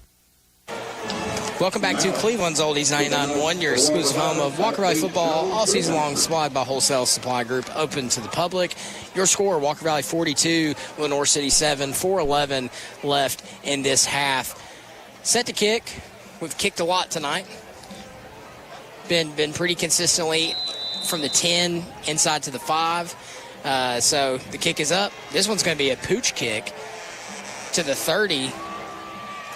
and he's going to be tackled around the 36. So Walker Valley shaking things up a little bit, trying something new. Yeah, Walker Valley's just trying to avoid kicking it back to number 13, who's had 2 very solid returns in a row.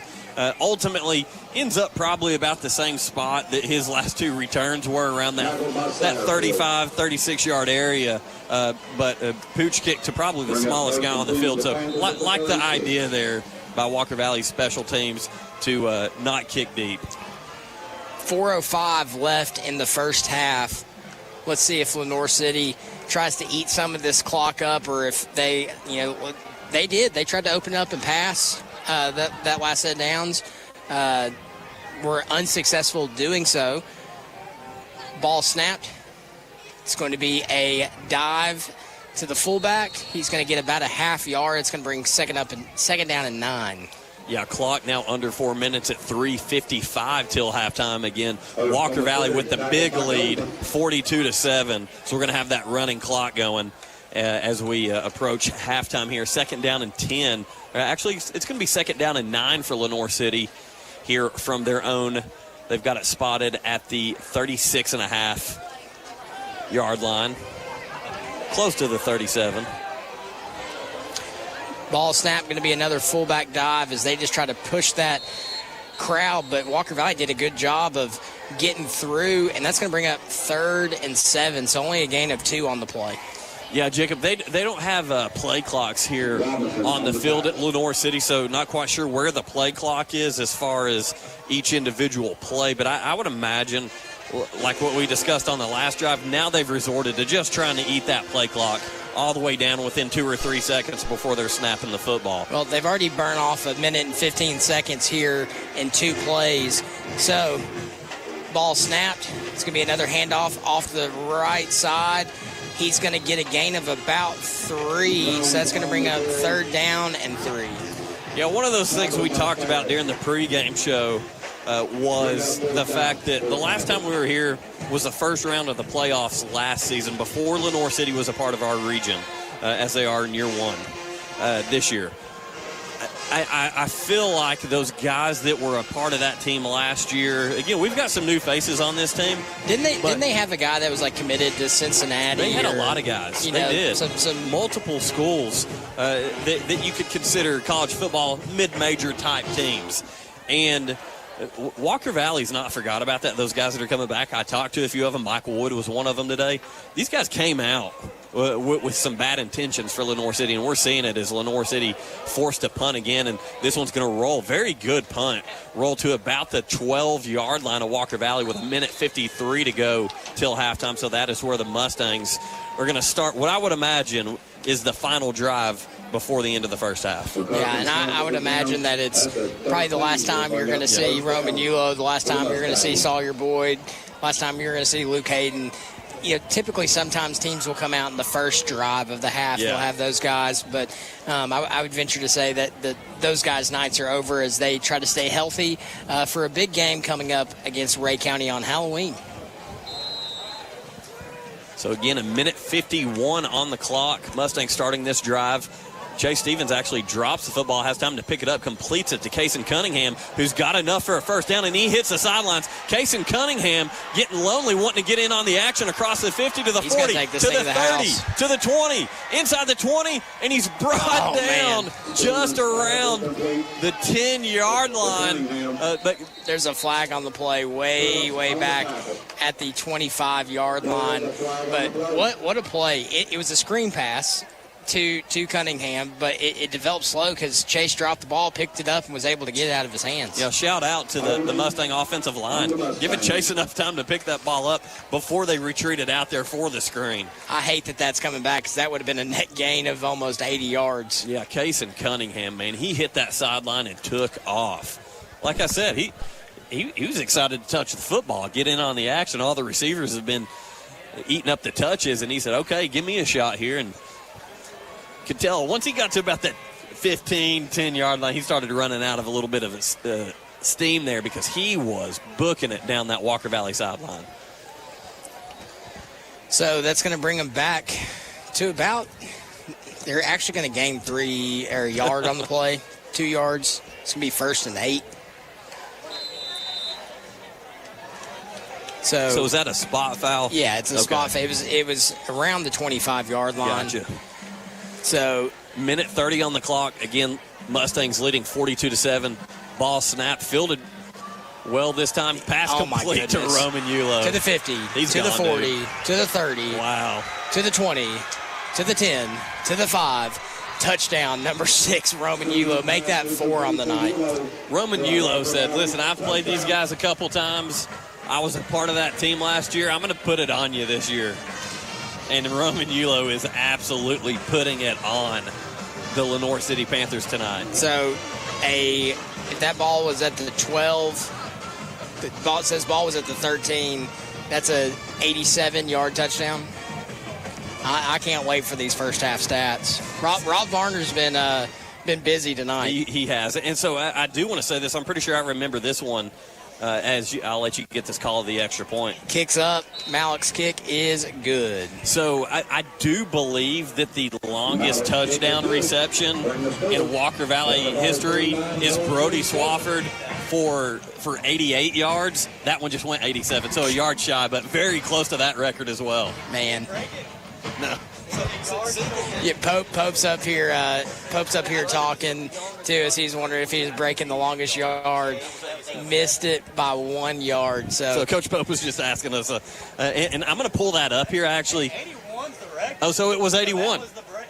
Okay, so Brody Swafford had 81 yards, and that was just a record, another Mustang record broken there by Roman Yulo. The record was Brody Swafford with the longest reception for 81 yards for a touchdown, and Roman Yulo just went for 87.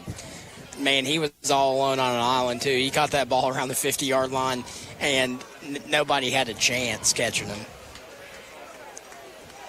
So your score, Walker Valley 49 here in the first half. What are you laughing at? I mean, this offense, man. I know, it's crazy. It really is. It's so much fun to watch just because there's so many talented guys on the field. Roman Yulo having himself a night tonight. That's going to be a pooch kick taken about the 21-yard line. He's going to try to bounce it out to the outside, and he's going to be swallowed around the 30-yard line with 1:08. So I would venture to say we thought that was going to be the last offensive drive. I want to give a shout-out to a young man. Lincoln Jackson, number 24, came in and put the boom down on that return man. Yeah, Lincoln Jackson's going to be one of those names that you hear the Mustangs go to a lot in the future. Very young, very talented. One of the fastest middle school kids I've ever seen. Yeah, definitely can tell he's starting to get healthy. Had some illness early in the season that he was dealing with, and fully expect him to be a huge part of this Walker Valley explosion offensively, defensively, in the very near future, if not maybe here in the coming weeks as well. So ball snapped.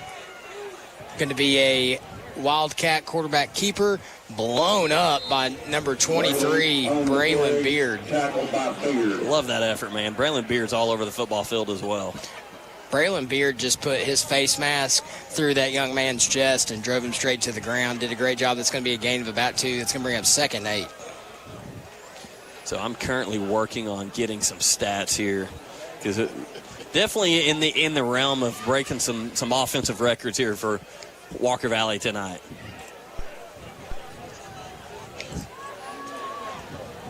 So shotgun doing something interesting. Ball snapped. Going to be handed off to the right side. It's going to be a gain of about 2. They're running a little wildcat, and both running backs that are back there are holding their ball hands out like they're going to be the one to catch the ball. The problem with that snap right there, why I kind of giggled, it was right in between the both of them. They didn't know which one was getting it. One guy grabbed it and handed it off to another guy, so ended up working out for him for a 2-yard gain. That's going to bring up 3rd and 6. 33 seconds ticking down the clock. I would venture to say this is probably going to be the last play of the drive. Yeah, clock now under 25 seconds. 3rd down and 10, Lenoir City from their own 32-yard line. Ball snapped. It's a high snap, bobbled. Mustangs all over him as he's able to bring that one in. Avoids the fumble, but then just gets beat up by a bunch of Mustangs. So that is going to be the last play of the first half. Walker Valley heading into halftime with a 49-7 lead. here at Lenoir City. Again, a region game now after a realignment this offseason. And this is the team that last year, Walker Valley, I know I keep bringing it up, but that 3 overtime loss in the first round of the playoffs, these guys hadn't forgot about it. Coming up here and doing some damage early, 49-7. It is halftime. Mustangs with the big lead. We're going to take about a 4-minute break here before we get to the halftime show. We're going to get some stats coming in, get some scores from around the area. All when we come back right here on Cleveland's Oldies 99.1. It's back. Toyota Cleveland's 10th annual Trunk or Treat. Join us Saturday, October 25th from 6 to 8 p.m. for a safe, family-friendly night of spooky fun. Candy-filled trunks, costumes, games, and plenty of treats, all absolutely free for the community. Don't miss the fun. Bring the whole family out for the 10th annual Trunk or Treat at Toyota Cleveland. That's Saturday, October 25th from 6 to 8 p.m. Toyota Cleveland, exit 20 off I-75, where the treats are waiting. Jersey College is a nursing school where faculty know how to give you the resources and support you need with encouragement and real connection. Hi, my name is Ebony, and I'm a graduate of Jersey College. I felt like Jersey College truly cared about me. This experience was a life changer for me. It's a great feeling. You have to try. Don't doubt yourself. If I can do it, anybody can do it. Classes are enrolling now at our campus in Cleveland. Apply now at jerseycollege.edu. Is your home too hot in the summer and too cold in the winter? At Central Heat and Air, your local HVAC experts, we've got you covered. Our top-notch technicians provide fast, reliable service to keep your home comfortable year-round. From installation to maintenance, we handle it all. You'll never be left out in the cold or the heat. Call Central Heat and Air today at 423-478-7778. That's 423-478-7778. Or visit us online at docsair.com. That's DOCSAIR.com. Central Heat and Air, your healthy home company. Duracell in Cleveland is hosting a hiring event Saturday, October 18th from 8 to 1. They are looking for mechanically skilled individuals, process engineers, quality tech, tool and die technicians, and advanced technical mechanics, ready to work in a fast-paced, team-oriented environment. They have immediate openings, interviews, and job offers on site, competitive pay, benefits, and long-term growth potential. Bring your resume to the big hiring event at Duracell on Mouse Creek Road in Cleveland from 8 to 1, Saturday, October 18th. Duracell will help you power up your future. Not all composite decking is the same. Enjoy life's beautiful moments on an equally beautiful composite deck. Envision's products feature deep, non-repeating grains and distinct colors throughout each pour, offering a truly unique appearance unlike anything else on the market. Learn more and find inspiration for your project at Cleveland Plywood. Cleveland Plywood Company, 2700 20th Street Northeast in Cleveland. From the job site to the showroom, Wholesale Supply has the top brands you trust at the prices that work for your bottom line. With over 30 locations across the Southeast and over 75 years of service, no one supports contractors and communities like we do. Wholesale Supply, built to supply, trusted to deliver. Turn your world yellow with Mayfield Dairy this fall. Whether you're wrapping up a workout or craving a tasty afternoon treat, our rich chocolate milk replenishes nutrients and provides high-quality protein to keep you going. Grab some Mayfield milk today and experience real, southern, sunny goodness in every sip. From our iconic yellow jugs to our delicious chocolate milk, everything tastes better with Mayfield. Turn your world yellow because the best moments are made with Mayfield Dairy. Check out the spooky savings this October at Mountain View Nissan of Cleveland. And 0% or $5,000 cash back on 2025 Pathfinders and Muranos. Want to trade in your old car? Nissan is giving up to $5,000 over book value when you trade.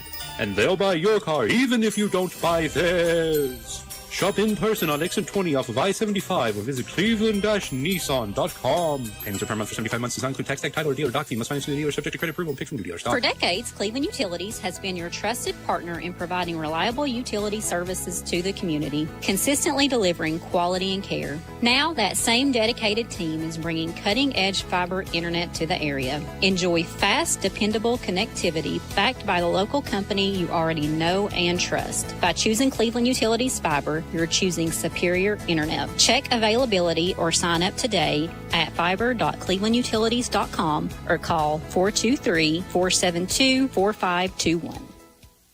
We found our identity in week 3. Welcome back to Cleveland's Oldies 99.1, your exclusive home of Walker Valley football, supplied all season long by Wholesale Supply Group. They are open to the public. Once again, I'm Andy Morris along with Jacob Mason. This is the Southland Finance Halftime Show. Southland Finance is located at Peerless Road and 25th Street in Cleveland. Visit them online at www.southlandfinance.net. The score at halftime, Walker Valley 49, Lenoir City 7. Yeah, and we've got some stats rolling in that are mind-boggling. Yeah, again, a huge shout-out to Mr. Rob Varner, who you mentioned during the first half there, having to work his tail off tonight, logging these stats and simultaneously getting them over to us. So we appreciate Mr. Rob Varner for doing that. And all of our halftime stats are sponsored by Cleveland Business Services. For all your tax, payroll, bookkeeping needs, and more, give Cleveland Business Services a call at 423-86-TAXES. So some stats rolling in here at the moment. And Jacob, you nailed it with the terminology that you used, absolutely mind-boggling, because Walker Valley has thrown, Chase Stevens has thrown for over 400 yards, only rushed for 14 yards. Not a lot of rushing attempts from the Mustangs tonight, as it's been all through the air. Kason Cunningham leads in that department, 2 rushes for 14 yards. Roman Yulo, this is the big one here. Roman Yulo on 12 receptions on the evening has 322 yards and 4 touchdowns. So a huge, absolutely monster first half from senior wide receiver Roman Yulo. 12 receptions, 322 yards, and 4 touchdowns. Chase Stevens, as we mentioned, is 19 of 26 for 404 yards and 6 touchdowns. He's thrown for 6 touchdowns in the first half.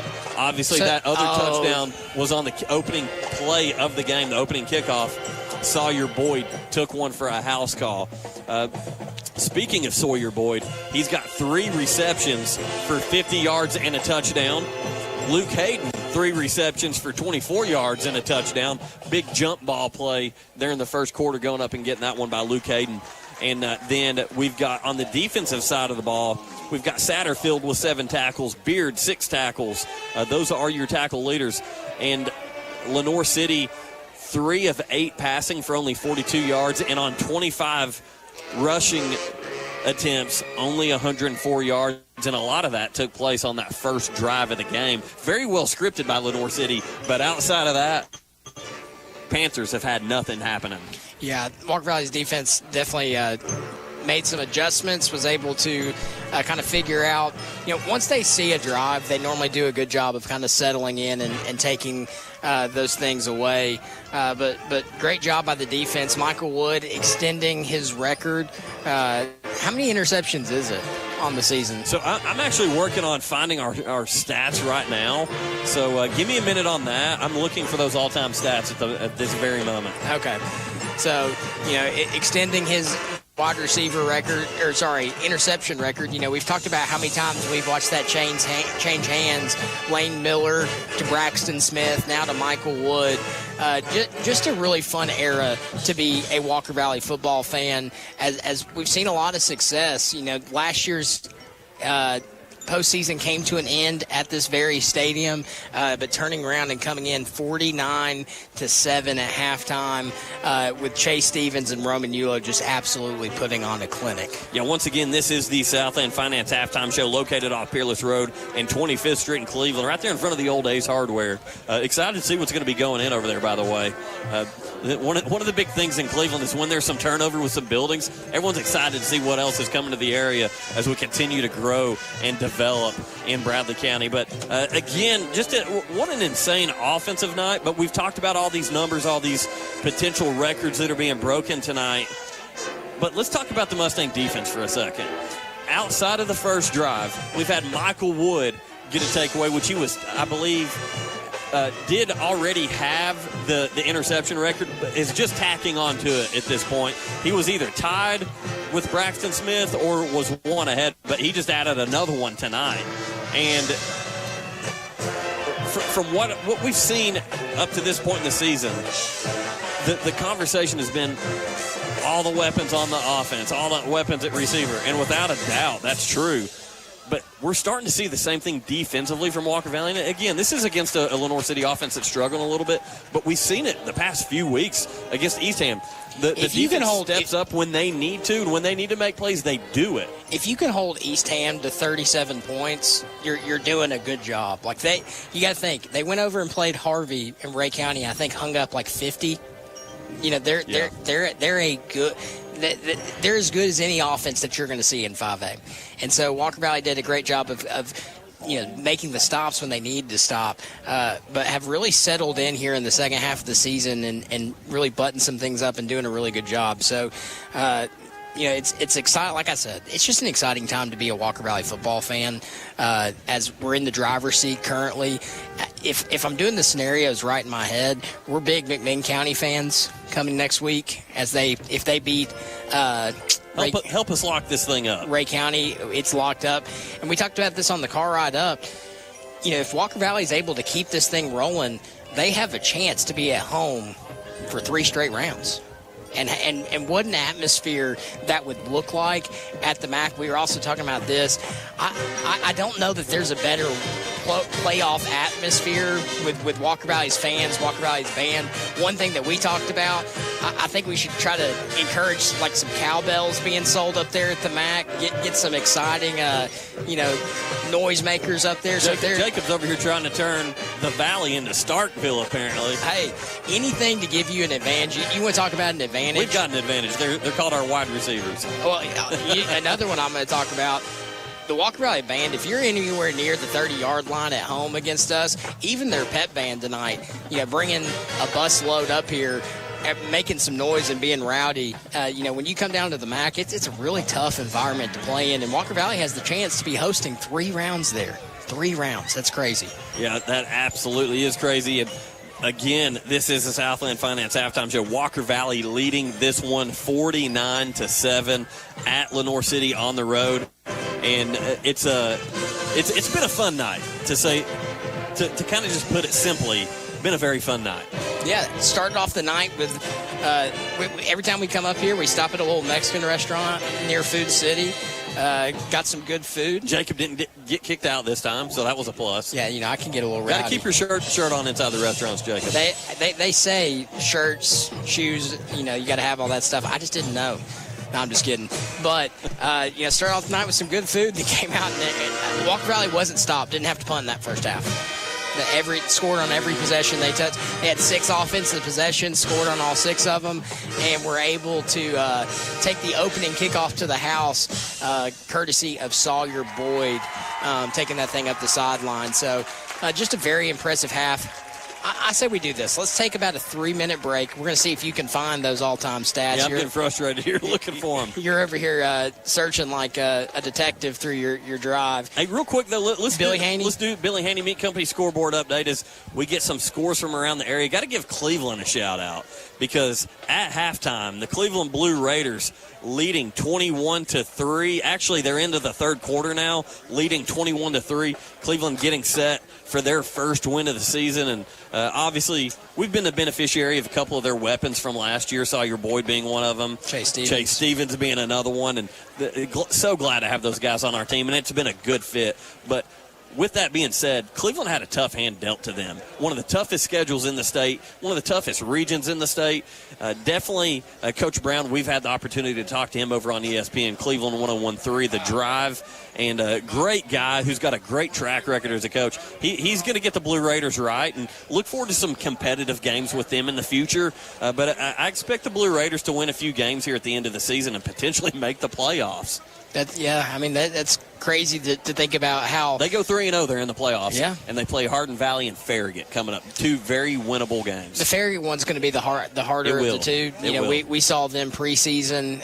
They had a tough squad. It's not the Farragut of old, but it is still a tough game. But if you peak at the right moment, you peak at the right time. You might see a Cleveland team that still has their goal in front of them, make the playoffs. I've got a halftime score that just kind of took me back a little bit here. Red Bank leads McMinn at halftime, 14-3.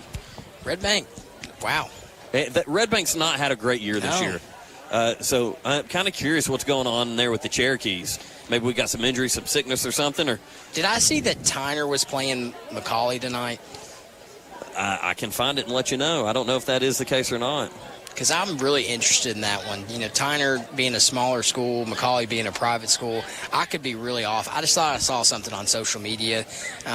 It may be for something else, maybe a different sport, but we can see. But excited to hear that Cleveland is leading that one. Bradley's off this week. Walker Valley into a commanding lead. So McCauley's actually playing Knox Catholic tonight. Okay. McCauley leads Knox Catholic 23-7. 23-7. All right, with that, we're going to take about a 3-minute break. We'll be back in 3 minutes. We'll go over stats one more time and expect a running clock here in the second half and get to see a lot of young Mustangs. So we'll be back in 3 minutes. Bradley Concrete and Lamcon Ready Mix is a family-owned business and has been serving Cleveland for 40 years. They work with customers large and small. Call Bradley Concrete at 423-479-4541 or visit lamcon.us to find out more. Hey, it's fall, y'all. And at Honda Cleveland, our huge Fall for Honda sales event means more Honda, less money. Finance rates as low as 0.99% for 60 months on Ridgeline pickups, and lease payments as low as $269 on Accord. Fall adventures are calling, and Honda Cleveland has the Honda to take you there. Head for the hills in a 26 Honda HR-V compact SUV for as little as $279 a month. It's the perfect size SUV for you and that someone special. With 2 legs or 4. Oh, I've recommended Honda of Cleveland many times to people. Yes, I would recommend them in a minute. Oh, and be sure to check out the 2026 Honda CR-V Hybrid at $379 a month. HR-V 39-month lease with $34.99 down. CR-V 36-month lease with $36.99 down. No security deposit plus tax, tag, title, and fees with approved credit. Offer ends 10/31/25. Come on in. Honda Cleveland, your car, your way, every day. I-75 exit 20, 1 mile east. Hope to see you soon. Wright Brothers Construction Company Incorporated has over half a century of experience completing some of the most challenging projects across the Southeast. From moving millions of cubic yards of excavation in Alabama to spanning rivers in Virginia. Find out more at WBCCI.com.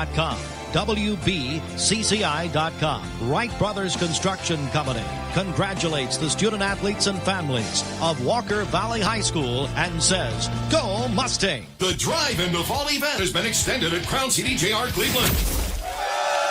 Shop over 275 new Chryslers, Dodges, Jeeps, and Rams up to $15,000 off MSRP. Or get financing as low as 0% for up to 72 months. Get model year closeout savings on a new 2025 Ram 1500 Laramie. Up to $15,000 off MSRP. Crown City JR, the better way to buy and service. Visit CrownChryslerDodgeJeep.com. Approved credit $13.89 per thousand. Finance on select model. Stock 402474. From the job site to the showroom, Wholesale Supply has the top brands you trust at the prices that work for your bottom line. With over 30 locations across the Southeast and over 75 years of service, no one supports contractors and communities like we do. Wholesale Supply, built to supply, trusted to deliver.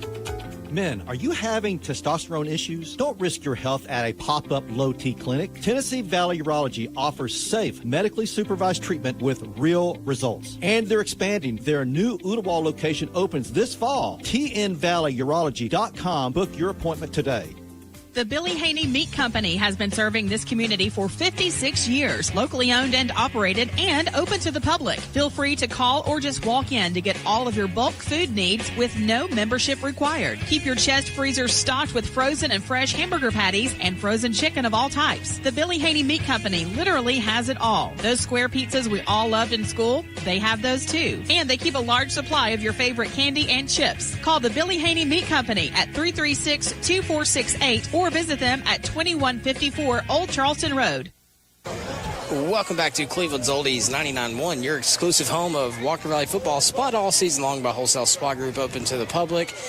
I'm Jacob Mason, joined by my friend Andy Morris. Your score at halftime, Walker Valley 49-7. Some mind-boggling stats, some records being broken tonight. Big-time records, man. In the first half. So Roman has broke a couple records tonight, Jacob. There's 2 that he actually broke, single-game records. The first one that we're going to talk about is the longest reception in school history, 85 yards for Roman Yulo, broke record that was held by Brody Swafford. And then also Roman broke another receiving record, the single-game receiving record. And this is what's crazy. He's broken the single-game receiving yardage record that was set by Zeke Westfield, 310 yards. Roman just broke it in a half of football.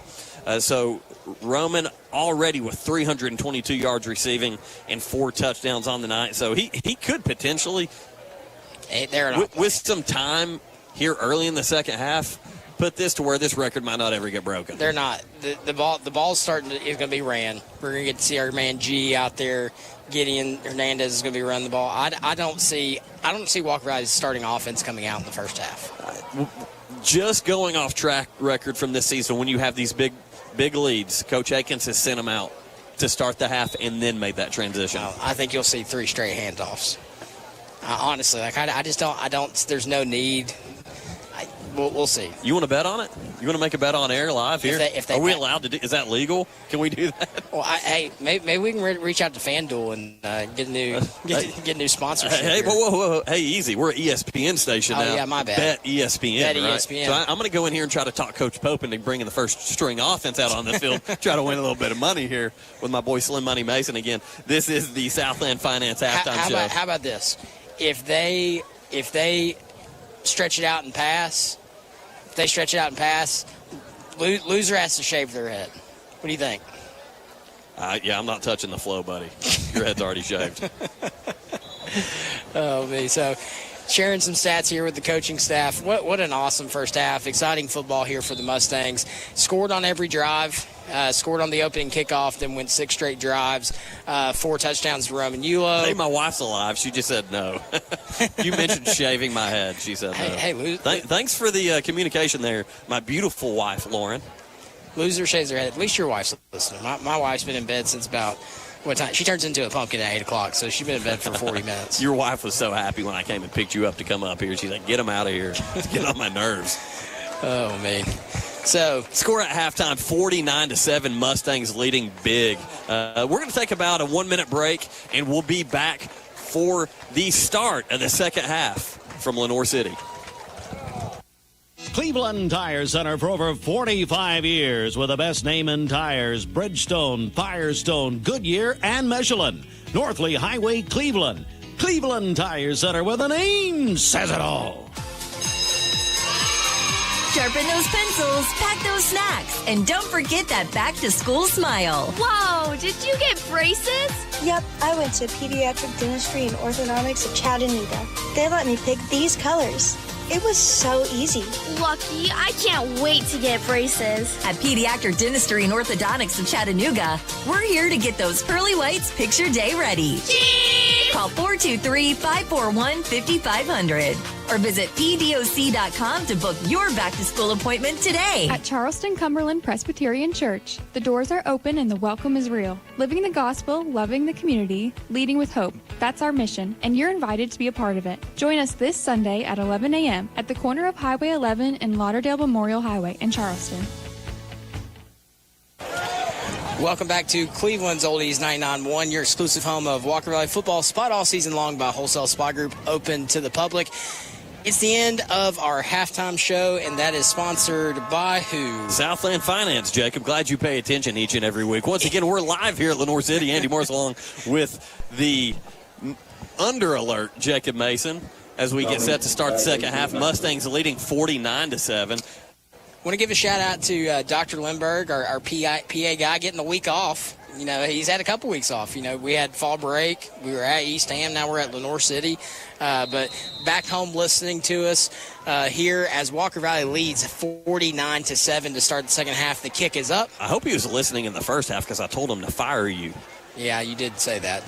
To the 25, to the 35, to the 40. Another good kickoff return here by Lenoir City. That's been their most successful unit tonight, has been their special teams. Yeah, Lenoir City, and I believe that was that number 13 again for Lenoir City. He's the one that strung together those back-to-back returns in the first half for Lenoir City. They really did a good job, but if you're Lenoir City, you're looking for any silver lining that you can take from this game, and one thing that has been a silver lining for them is the return game. Absolutely, it has. They've done a good job. They've been able to kind of flip field position, but it's like one of those games. There was a couple games. I can't remember what game it was. Walker Valley they had good field position all night long. I think it might have been Saudi Daisy, and so the stat sheet didn't look crazy.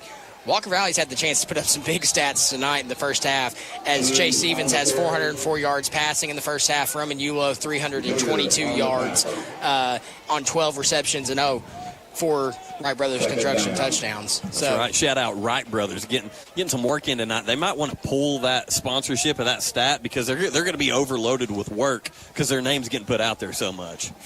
Well, I'm getting texts up here that I've got a meeting first thing Monday morning, so that's never good. Get them out. I'm going to have to call James Franklin. I'm going to have to call Duracell. They're hiring. Yeah, running clock. Mustangs with that 49-7 lead as Lenoir City just continues to run the football between the tackles behind the big guy and try to run that clock down, trying to avoid any more insult to injury. Yeah, it's going to bring up 3rd and 7 here for Lenoir City. Already burned some time off the clock, 10 minutes left here in the third quarter. Like you said, really taking their time, burning some clock, trying to get out of here. Ball's marked at the 47-yard line, 3rd down, as the Walker Valley band gets rolling here after halftime. Ball snap, going to be a pitch off to the left side. He is going to get a gain of about 1 yard. They're going to give him forward progress. That's going to bring up 4th and 5. I'm going to go ahead and call this. At some point, Jacob, we are going to see Lenoir City try to pop one over the top because Walker Valley's playing 10 up. We got one safety valve back there. And eventually, we got still plenty of time for Lenoir City to get some work in here. We're going to see them pop one over the top. Got to stay true and make sure you don't get beat deep. Yeah, for sure. Absolutely. They tried it a couple times in the first half. They even tried a little trick play with a pitch then passed by the running back. Luckily, it was overthrown. Yeah, it's 4th down and 8 now. Lenoir City set to punt. Good snap, punt is up. Another good punt. Lenoir City, good in the special teams area. It's going to bounce and be touched. I don't know why he touched that. It was going to continue to roll, but right around the 20-yard line, the referees are going to be kind to the Mustangs and say that it was touched at the 22-yard line of Lenoir City. So that is where Walker Valley will start their next drive. And we're going to get the answer to our debate that we had where we see who is taking the field. The answer is no, because I think I see freshman number 72. Well, I see Roman Yulo and Chase Stevens and Kason Cunningham as well. You're right. You do. Let's see if they air this thing out or not. 8:21, so running clock here in the second half. Time ticking off fast. You know these guys want to get a 50 burger. They're a point away from it. Oh, that is true. And they come out the gate passing to number 1, Chase Stevens. That's Sawyer Boyd on the reception. Chase Stevens to Sawyer Boyd. There is a flag on the field sponsored by the Bradley County Litter Grant. That looks like it's going to be on the offensive side of the ball. Let's see what happens here. Bring up 2nd down, 5. Well, they're not moving the ball. 2nd down and 5 here. Yeah, that clock again, running clock with the above 35-point advantage for the Mustangs. It will remain a running clock as Kason Cunningham cuts up the middle. He's got enough for a Bradley Concrete Lamcon Ready Mix first down. Gets across the 50-yard line to the Lenoir City 48. An explosive run by Kason Cunningham, looking to get his stats going tonight. Yeah, Kason Cunningham shot out of there like a cannon. And we've given him credit for this all season long. The first guy just doesn't tackle him. He runs through it. He's done a great job working on his pad level, staying low, keeping those feet driving, and gets the ball across the 50 down to the 48-yard line. So there is still a record that's out there. Colton Gibson, 526 pass yards and 7 touchdowns. That was broke earlier this year. The total offense was broke earlier. Ball snap, handed off to Cunningham. It's going to go off the left side for a gain of about 6. That's going to bring up 2nd and 4. So we could potentially see Chase Stevens try to break Colton Gibson's single-game passing record. You've got 100 6:20 left to go. Somewhere around in there. Yeah, 6:24 left here in the third quarter. Mustangs leading again, 49-7. Hard count, no biters. Looks like they're going to try to bring pressure. So, slowing things down here. 6 minutes already left in the half. Ball's thrown out wide to Boyd. Little screen pass. He's going to get enough for the first down and a few more. It's going to be a Bradley Concrete Lamcon Ready Mix first down for the Mustangs.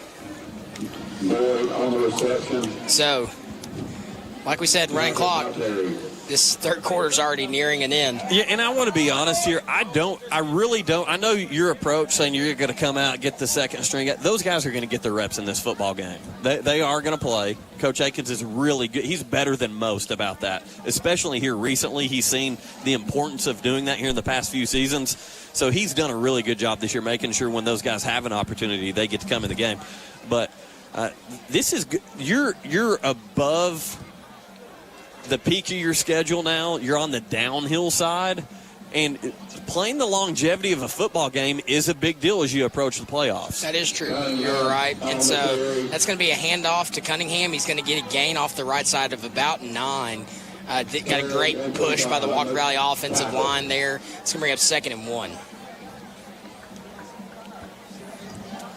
Yeah, clock now under 5 minutes. 2nd down and 1, as Jacob just said. 49-7 advantage Mustangs as they're driving here. I was going to say early in the third quarter, but that clock continues to run, and we're getting towards the end of the third quarter.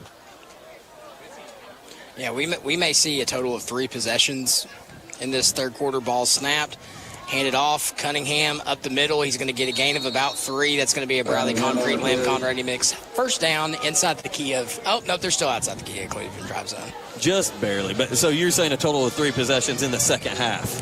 No, third quarter. I think we score before this quarter's over, and then Lenoir City gets the ball back, and we stop them. And then okay, well that would be 3. That would be okay. You're right. Lenoir City started with the ball. I unfortunately cannot count as good as Roman Yulo can. No. I'm at the same level as that defensive back for Lenoir City, apparently. Roman Yulo's a good counter, man. Good counter. Ball snapped. Speaking of counter, Cason Cunningham running the football. Didn't run counter there, but did follow his lead blockers there and picks up a few. On the tackle. I'll be honest. You could see Walker Valley trying to pop one over top here after they've ran. That's the first time they didn't get a really good gain. That's a gain of about 2. That's going to bring up 2nd and 8. I could definitely see them taking a shot to either Boyd or Hayden, or you look like you've got Roman Yulo out here on an island. Why not just give him a 5th? They're going to bring a man over to bracket him inside. 3:25 left here in the third quarter. Ball snap, pass, screen, Boyd caught, 20, 15, tackled inside the 15 around the 12-yard line. It's a Bradley Concrete Lamcon Remix first down. Yeah, Sawyer, such a great job at being able to make guys miss as soon as he catches the football. Feet continue to move, continue to churn and burn, man. Sawyer Boyd, so much fun to watch. Boyd's going to come off the field, kind of shaking up on the play, walking on his own 2 feet, but fine. He even kind of nudges the coach like, I'm good, man. I just need a second. Yeah, he's stretching over there. Probably just a little bit of a cramp. So they are going to stop play here for a second. I don't know what. I think they're going to say that with the injury that it occurred while on the playing field as he walked off, they made that stoppage. So the clock will stop for that at 2:37 here in the third quarter. Mustangs leading 49-7. I'll tell you one thing that we haven't done, Jacob, and we haven't got in any live reads in this quick third quarter, so we're going to hammer out a few of them here because Wojtek Center for Orthopedic Care, I can vouch for them. Great people over there for all your orthopedic needs. You can check them out online also at Wojtek.com. Then your favorite, Dale's Heating and Air. Just call Dale's. JustCallDales.com. And I want to talk a little bit about Chick-fil-A as well. Chick-fil-A, my go-to, the Lord's Chicken, as we like to call it. I've heard the Lord's Chicken doesn't have any calories in it. Hey, located off Keith Street and Paul Huff Parkway. Download the Chick-fil-A app today. You can get all kinds of rewards on that app. Hey, glad my wife is listening because she is killer with those Chick-fil-A rewards. So the Mustangs back on the ball. Shotgun, ball snapped. Going to be a handoff to Cunningham up the middle. Going to get a good push here. He's going to get a gain of about 7 or 8 on the play inside the 10-yard line down to the 6. One of the highlights of any day is when my wife texts me and says, hey, you want an ice cream cone from Chick-fil-A? Because she'll get the rewards for them. I have to fight my daughters for those, by the way. Kimberly and Murphy, sweet girls. So gain of about 6 on the play. It's going to bring up 2nd and 4. Ball snapped. Going to be another handoff to Cunningham off the right side. Does a good job bouncing it out. He's going to get enough for the first down, but drop just short down at the 1-yard line. Yeah, it looks like he might have even got inside that 1-yard line, just shy of the goal line. Opposite end of the field from where we are, so not a great view, but it does look, so they're actually going to say 3rd and inches. That he did not get to the first down marker. Interesting. So I would imagine that they're going to go back to Kaysen here. 3rd and inches with 1 minute and 10 seconds to go in the third quarter. Going to bring in a heavy set package, but keep Stevens in there. Ball is snapped. It's going to be handoff to Cunningham, and he walks into the end zone. That's a Wright Brothers construction touchdown. And guess what? The Mustangs are having burgers. They dropped a 50 burger this week. Your score currently 55-7 as this quarter is coming to an end. So only 2 possessions here in that first quarter. Third quarter, Lenoir City opened up, went 3 and out, and then the Mustangs have driven down the field and extended their lead.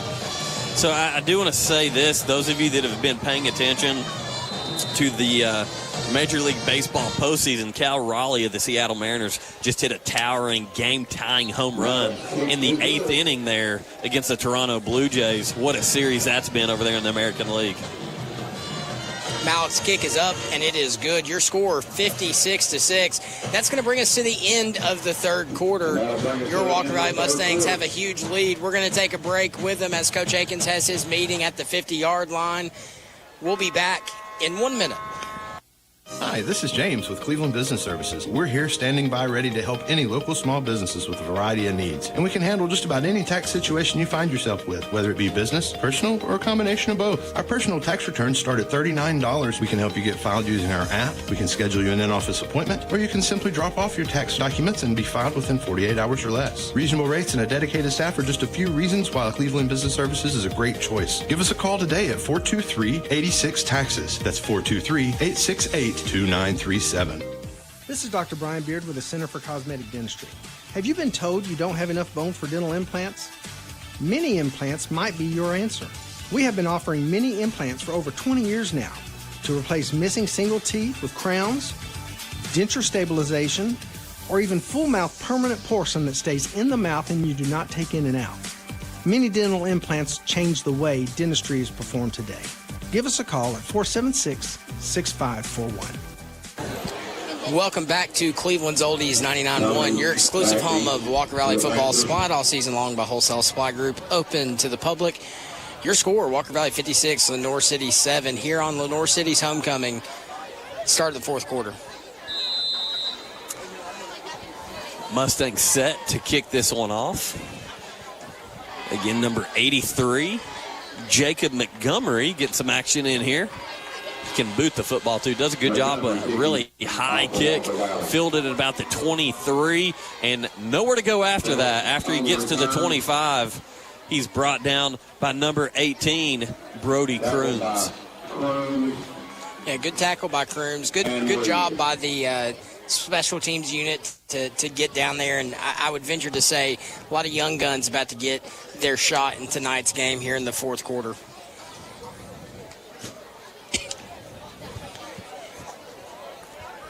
.11:30 to go in this ball game. Mustangs with that 56-7 lead as the Mustang defense takes the field again against this worn down Lenoir City offense. So looks like they're going to take it in the Wildcat shotgun here. Ball is snapped, dropped, fumbled, and recovered by the Walker Valley Mustangs. So that one was recovered, by number 50, Chance Wells.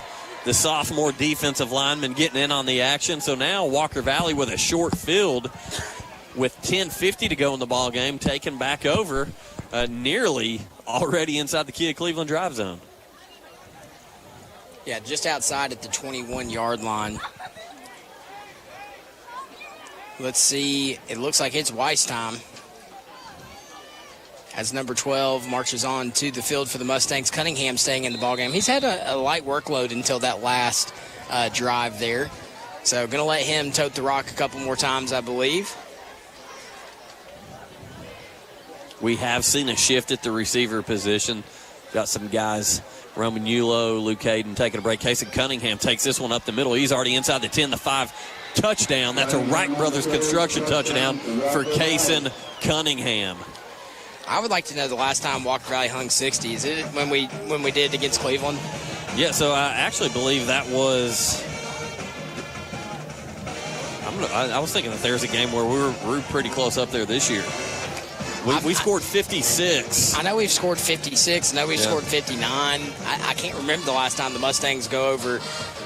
There's a playoff game, was it 2 years ago, where we scored something insane?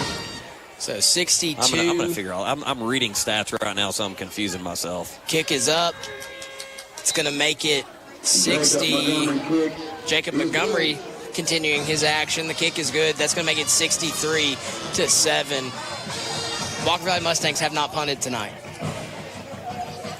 So wild stuff, man. It's a wild night here in Lenoir City. What a tale of 2 years. You know, if you heard our pregame to stuff, show you this day and age how quickly things can change for good, and unfortunately for Lenoir City, the negative direction as well. Yeah, the Walker Valley, if you didn't listen to us pregame, the Walker Valley season came to an end here last year, first round of the playoffs. Lenoir City had some really good players. Found out the head coach here took the Halls AD job, and then the defensive coordinator went to Greenback. So overhauling on the complete staff. I think I was told that they retained one coach. So I had to replace an entire staff here at Lenoir City. That is tough. Placed into a really tough region as well. So in 2024, the most points the Mustangs scored in a game was against Notre Dame in Week 1, 54.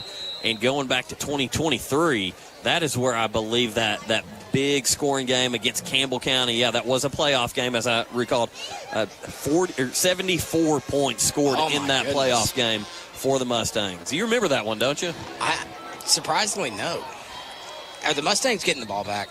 So that was a muffed kickoff return by Lenoir City, but I think they're going to be gracious and say that Lenoir City retained possession at the 20-yard line. So Walker Valley's defense is out in the field. 7 minutes and 48 seconds ticking down on the clock. We've got a running clock here as it's 63-7.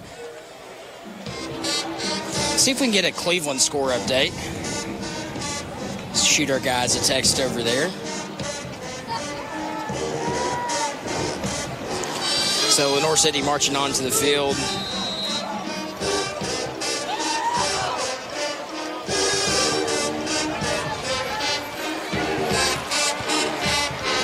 .7:18 here on the clock. Ball is snapped.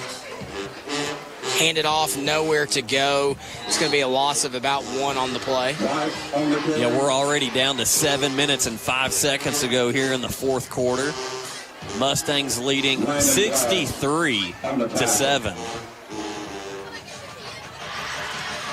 Young guys switching in and out of the game. Got a couple Billy Haney Meat Company scoreboard updates for you guys here. Ray County, again, right down the road at Loudon, leading that game in the fourth quarter. 2 minutes to go, 28-7. Then we've also got Red Bank still, I believe, leading McMinn County. That one's not been updated. We'll get an updated score on that game. So just now getting an update on Cleveland. Right now, the Blue Raiders leading 28-3 in that ball game. So Cleveland Blue Raiders again on their way to their first win of the season. Big win for them.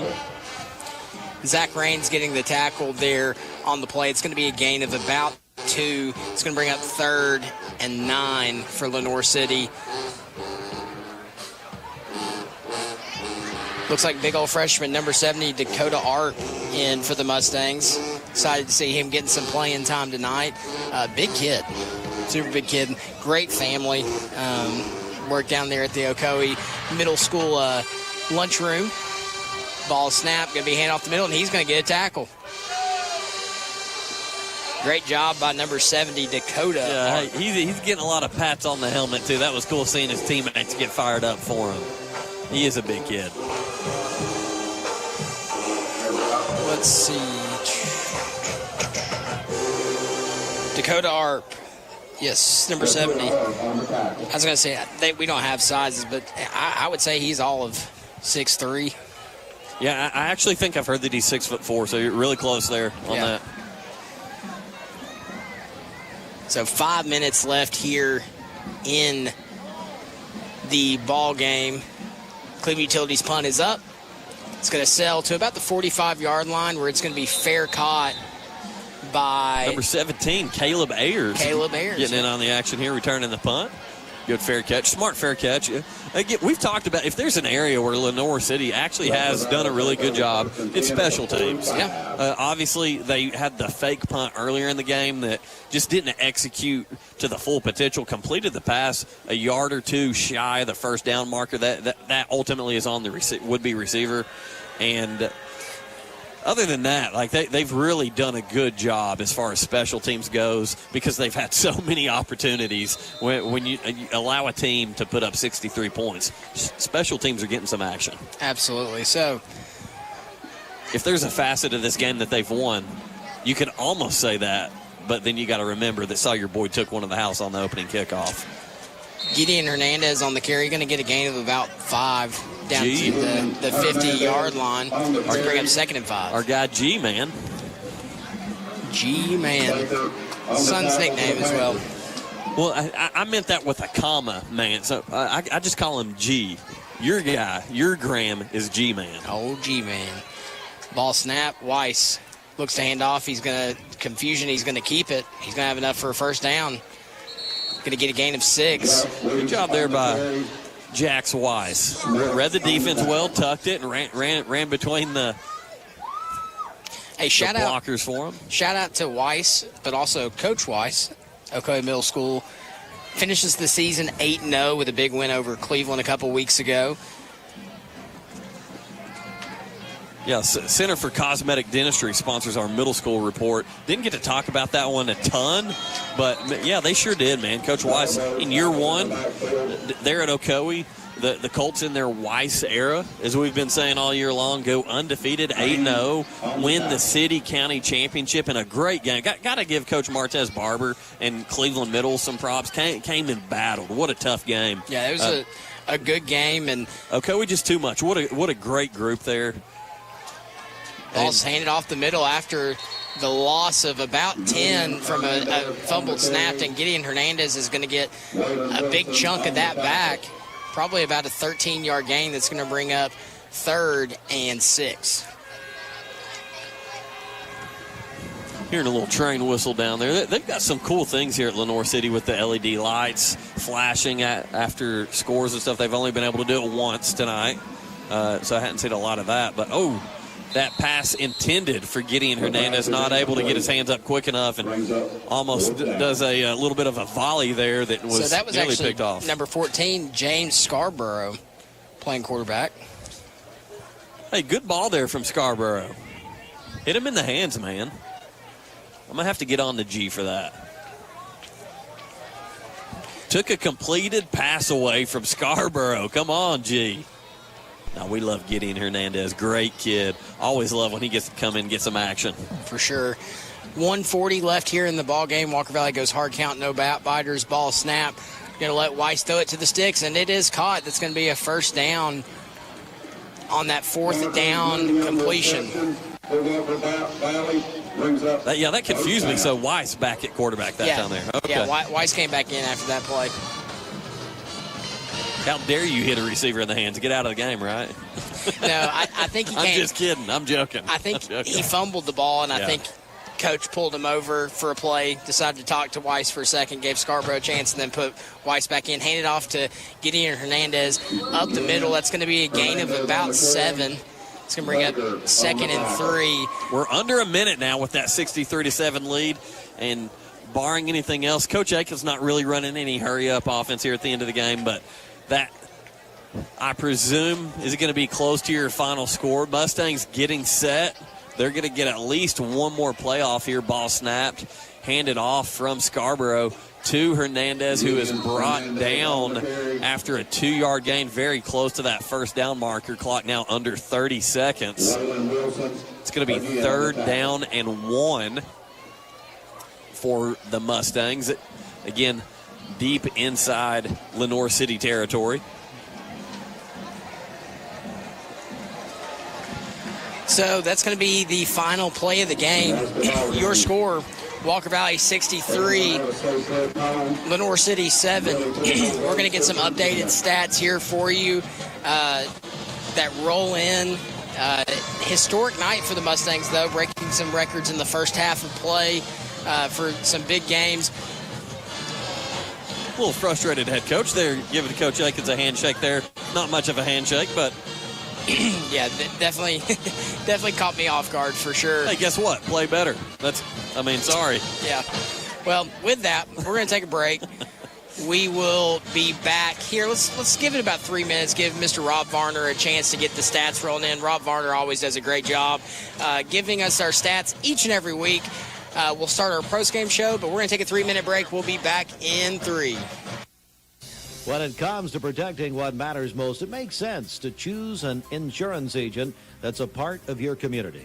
Your local Allstate agent knows the ins and outs of both owning and protecting a home in your neighborhood. By choosing a local Allstate agent, you get an expert who knows the community and is committed to getting to know you, which means George Gray can help you get the protection you want that fits you and your life.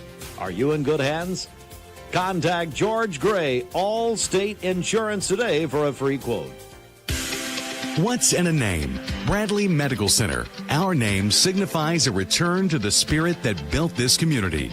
Our hospital is proud to be a cornerstone for Bradley County and its neighboring communities.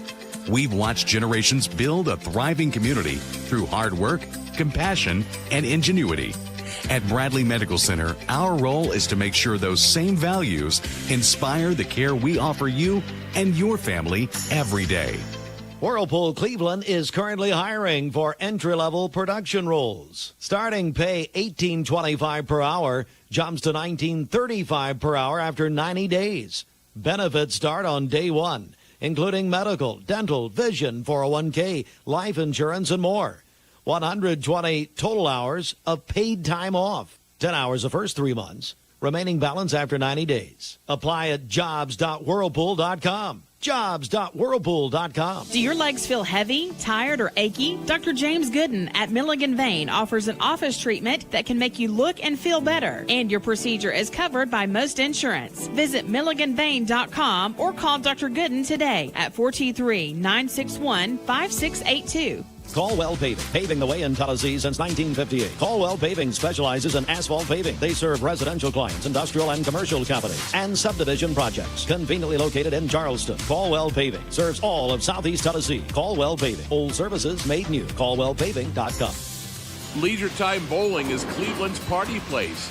Birthday parties for children, teenagers, and adults. Birthday parties at home take a lot of work, a lot of decorating, cooking, cleaning.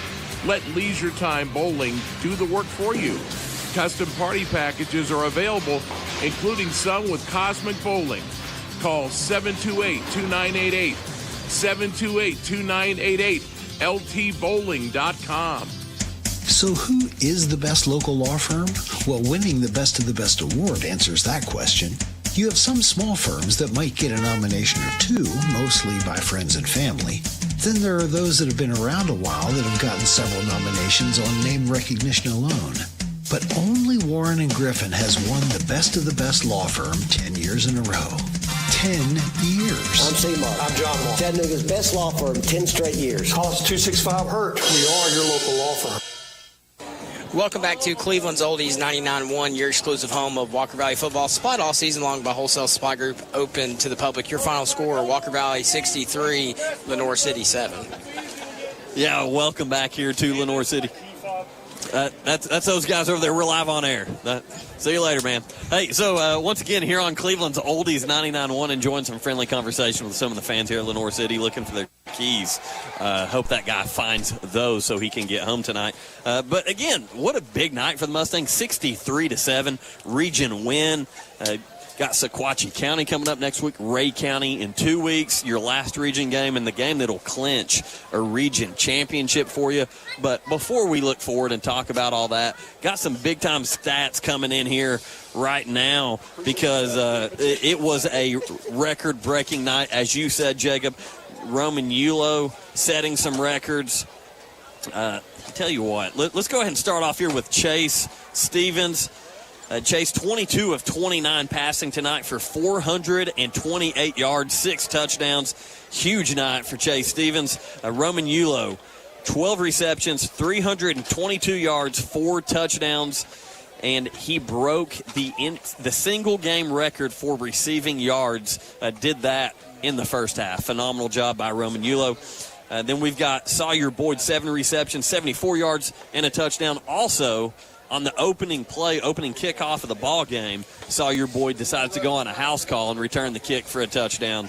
So Sawyer Boyd, a big night as well. He had 149 all-purpose yards, and those 2 touchdowns, one receiving, and, of course, that opening kickoff return for a touchdown. Luke Hayden had 3 receptions for 24 yards and 1 touchdown.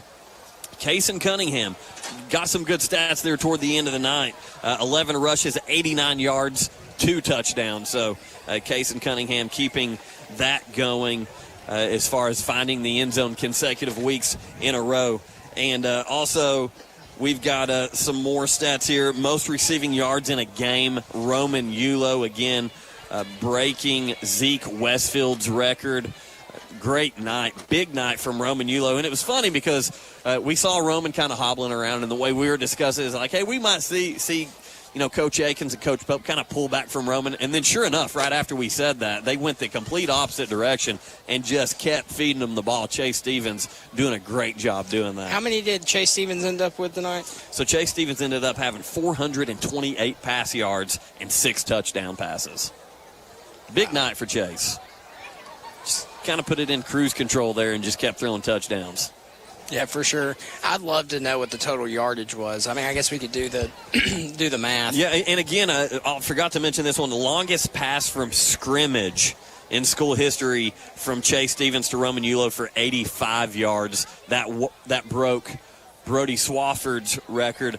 I believe it was either 81 or 82 yards that Brody had. So some big-time records falling tonight as the Mustangs again win 63-7 here at Lenoir City. And all those stats provided by Mr. Rob Varner does a great job providing us with those stats in game. We appreciate everything he does for us each and every week.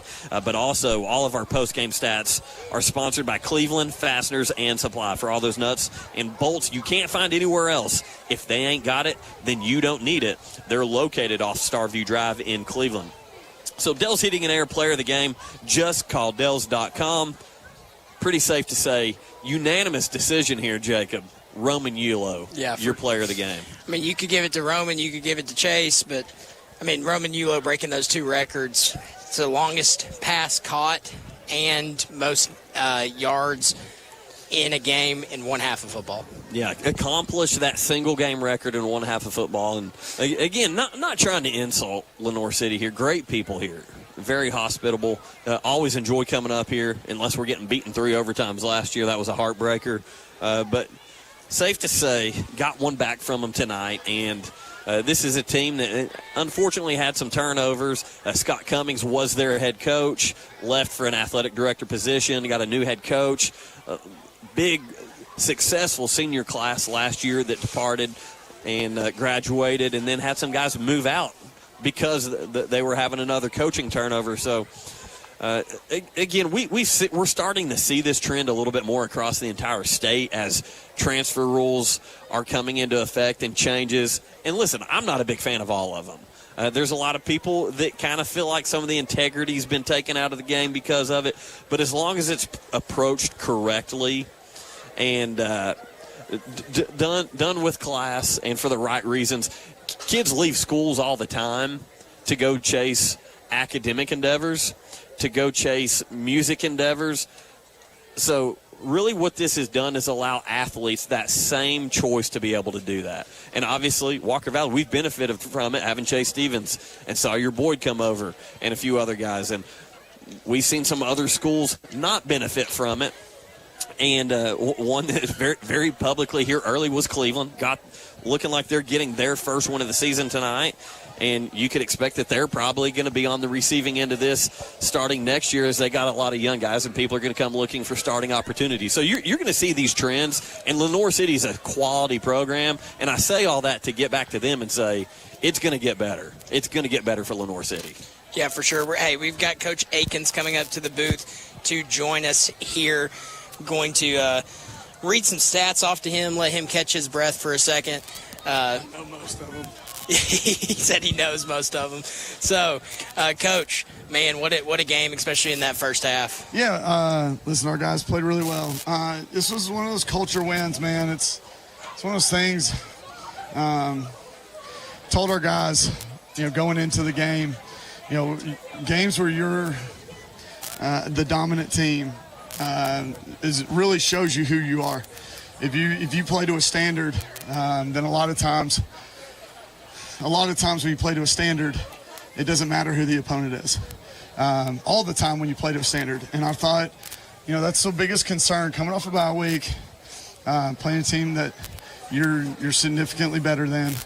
I thought it was really important that we came out and played clean, that we didn't just win plays, that we won plays because we executed. And I thought we executed really well tonight. I was really proud of our guys.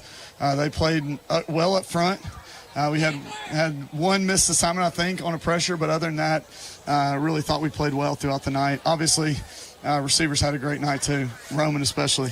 Yeah, we jokingly after that first play where he kind of came up, a little hobbling around after he got tackled, we said, this might be one where you just kind of shut him down, get limited carries. Boy, were we wrong, because he goes on to have 12 receptions, ends up breaking a school record with 322 yards. Not only that school record, breaks another one for the longest catch at 87. Yeah, Brody was big mad. Brody Swafford had that record. So was Brody down there on the sideline? Yeah.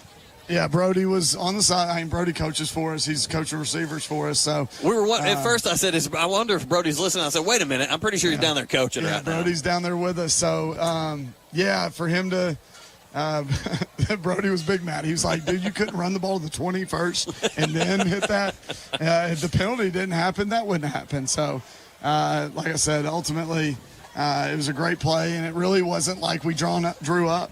I mean, that was not how we drew that play up. Chase made a great read that we hadn't even practiced, quite honestly, and made a great play on it. So you talk about Chick, go ahead. So real quick, I want to go ahead and go over to our Dell's Heating and Air Player of the Game, just call Dells.com. We're going to give players of the game here, because you can't not give Chase Stevens Player of the Game when you go 22 of 29 passing for 428 yards and 6 touchdown passes. That's impressive. Yeah, that's really good. But also, we talk about Roman Yulo. His stats for the night: 12 receptions, 322 receiving yards, and 4 touchdowns. Yeah, it's a great night by him. I came in wanting to attack with Roman. That was the game plan. We were going to attack with Roman. You saw it from the first play. We threw it to him in space, and he was able to make a play. And ultimately, that's what we wanted to continue to do throughout the first half. Roman made some big-time plays for us. Chase made some big-time throws. So all those things were really important. Mike Wood going to the defense side of the ball, adding on to his record with another interception tonight. Is he 2 up now? No, that's it. That was it? He tied it last week at East Hamilton. He broke that it this week. That was a record breaker. On the, first quarter interception there. Happy for him. It was something he knew.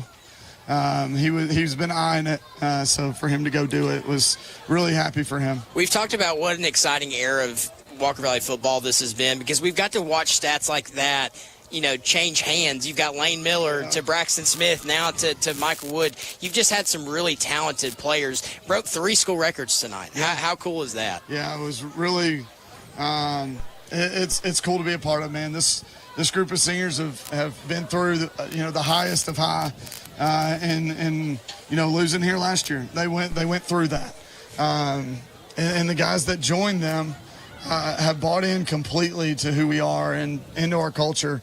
It's been really fun to be a part of. This group of kids has been really fun.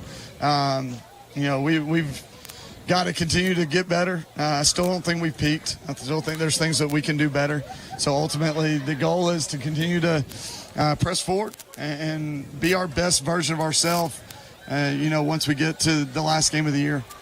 Yeah, so once again, our Dell's Heating and Air player of the games, Chase Stevens and Roman Euler. Coach Akins, real quick, I just wanted to shake your hand because I think you missed out on one of those at the end of the game. I want to give you a good firm one. We shook hands. Listen. Putting you on the spot a little bit with that. But listen, I was paying attention. Plead the fifth. It's frustrating to get your tail kicked. At the end of the day, it really is. It absolutely is. And that's not who I am. But we ran the ball in the third quarter. You did it within reason. We ran in the ball. So that's why I bring it up. We came out at halftime with our ones. But we got to get, we're going to play some big-time games. Next week, we're playing a top 10 opponent. Sequatchie County is a top 10 in 3A. They're a very good football team. We have to, coming off a bye week, we've got to get used back into playing the game. So we wanted to come out with our starters, wanted to give Kaysen the ball, running the ball. And that was the plan all along, and we stuck with our plan. And that's one thing that I mentioned to Jake, but I said on air, because you're quickly approaching a playoff where you're going to have to play some tighter games, some longer games, some more intense games. Being able to log that game time for these starters is a big deal. So you don't necessarily want to pull too early, but again, you want to do it within reason. And I feel like you absolutely did that tonight. Yeah, so, it's hard. It's hard to find that balance, and we threw even the throws that we had in the second half were deads. They were dead screens, and just. Like I said, it's one of the harder part of the jobs because you don't want to show up a team and their players go to practice every day and they work hard every day. And, I want to respect that. But also I got to do what's best for our football team. And I feel like that was what was best for our football team tonight. Well, here's the thing. Roman Euler had 322 yards in the first half. He had 322 to end the game. Chase had 404 and ended with 428. Yeah. So you came out, you got your guys some young experience. Dakota Arp getting a tackle tonight. Young freshman, 6'4", got some big old pats. Big old boy, man. Pats on the head. Yeah, so. I was proud of our young guys getting a stop. I think they got a fumble recovery and they got another stop. So really proud of our young guys coming in and finishing the job. Well, Coach, we're going to let you go celebrate with team, get back on the bus. Appreciate you. We will see you next week for big one, Sequatchie County. County. They're a very good football team. I'm excited. Thank you guys for making the trek up here. It's really a cool atmosphere. It is. It's a cool stadium.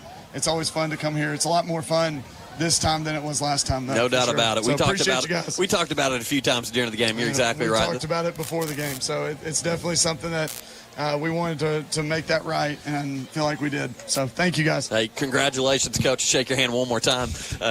Big win tonight here for the Mustangs, 63-7. Another region win, as Coach said, taking on Sequatchie County next week, followed up by Ray County for the last week of the regular season. Big night here for us, Jacob. I had a lot of fun.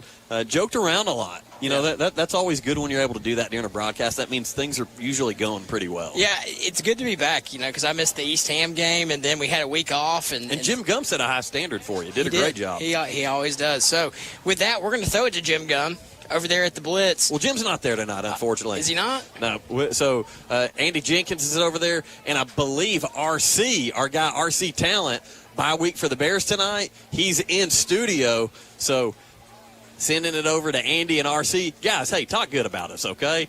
Over to the Blitz. Back at the station. Again, your final here from Lenoir City.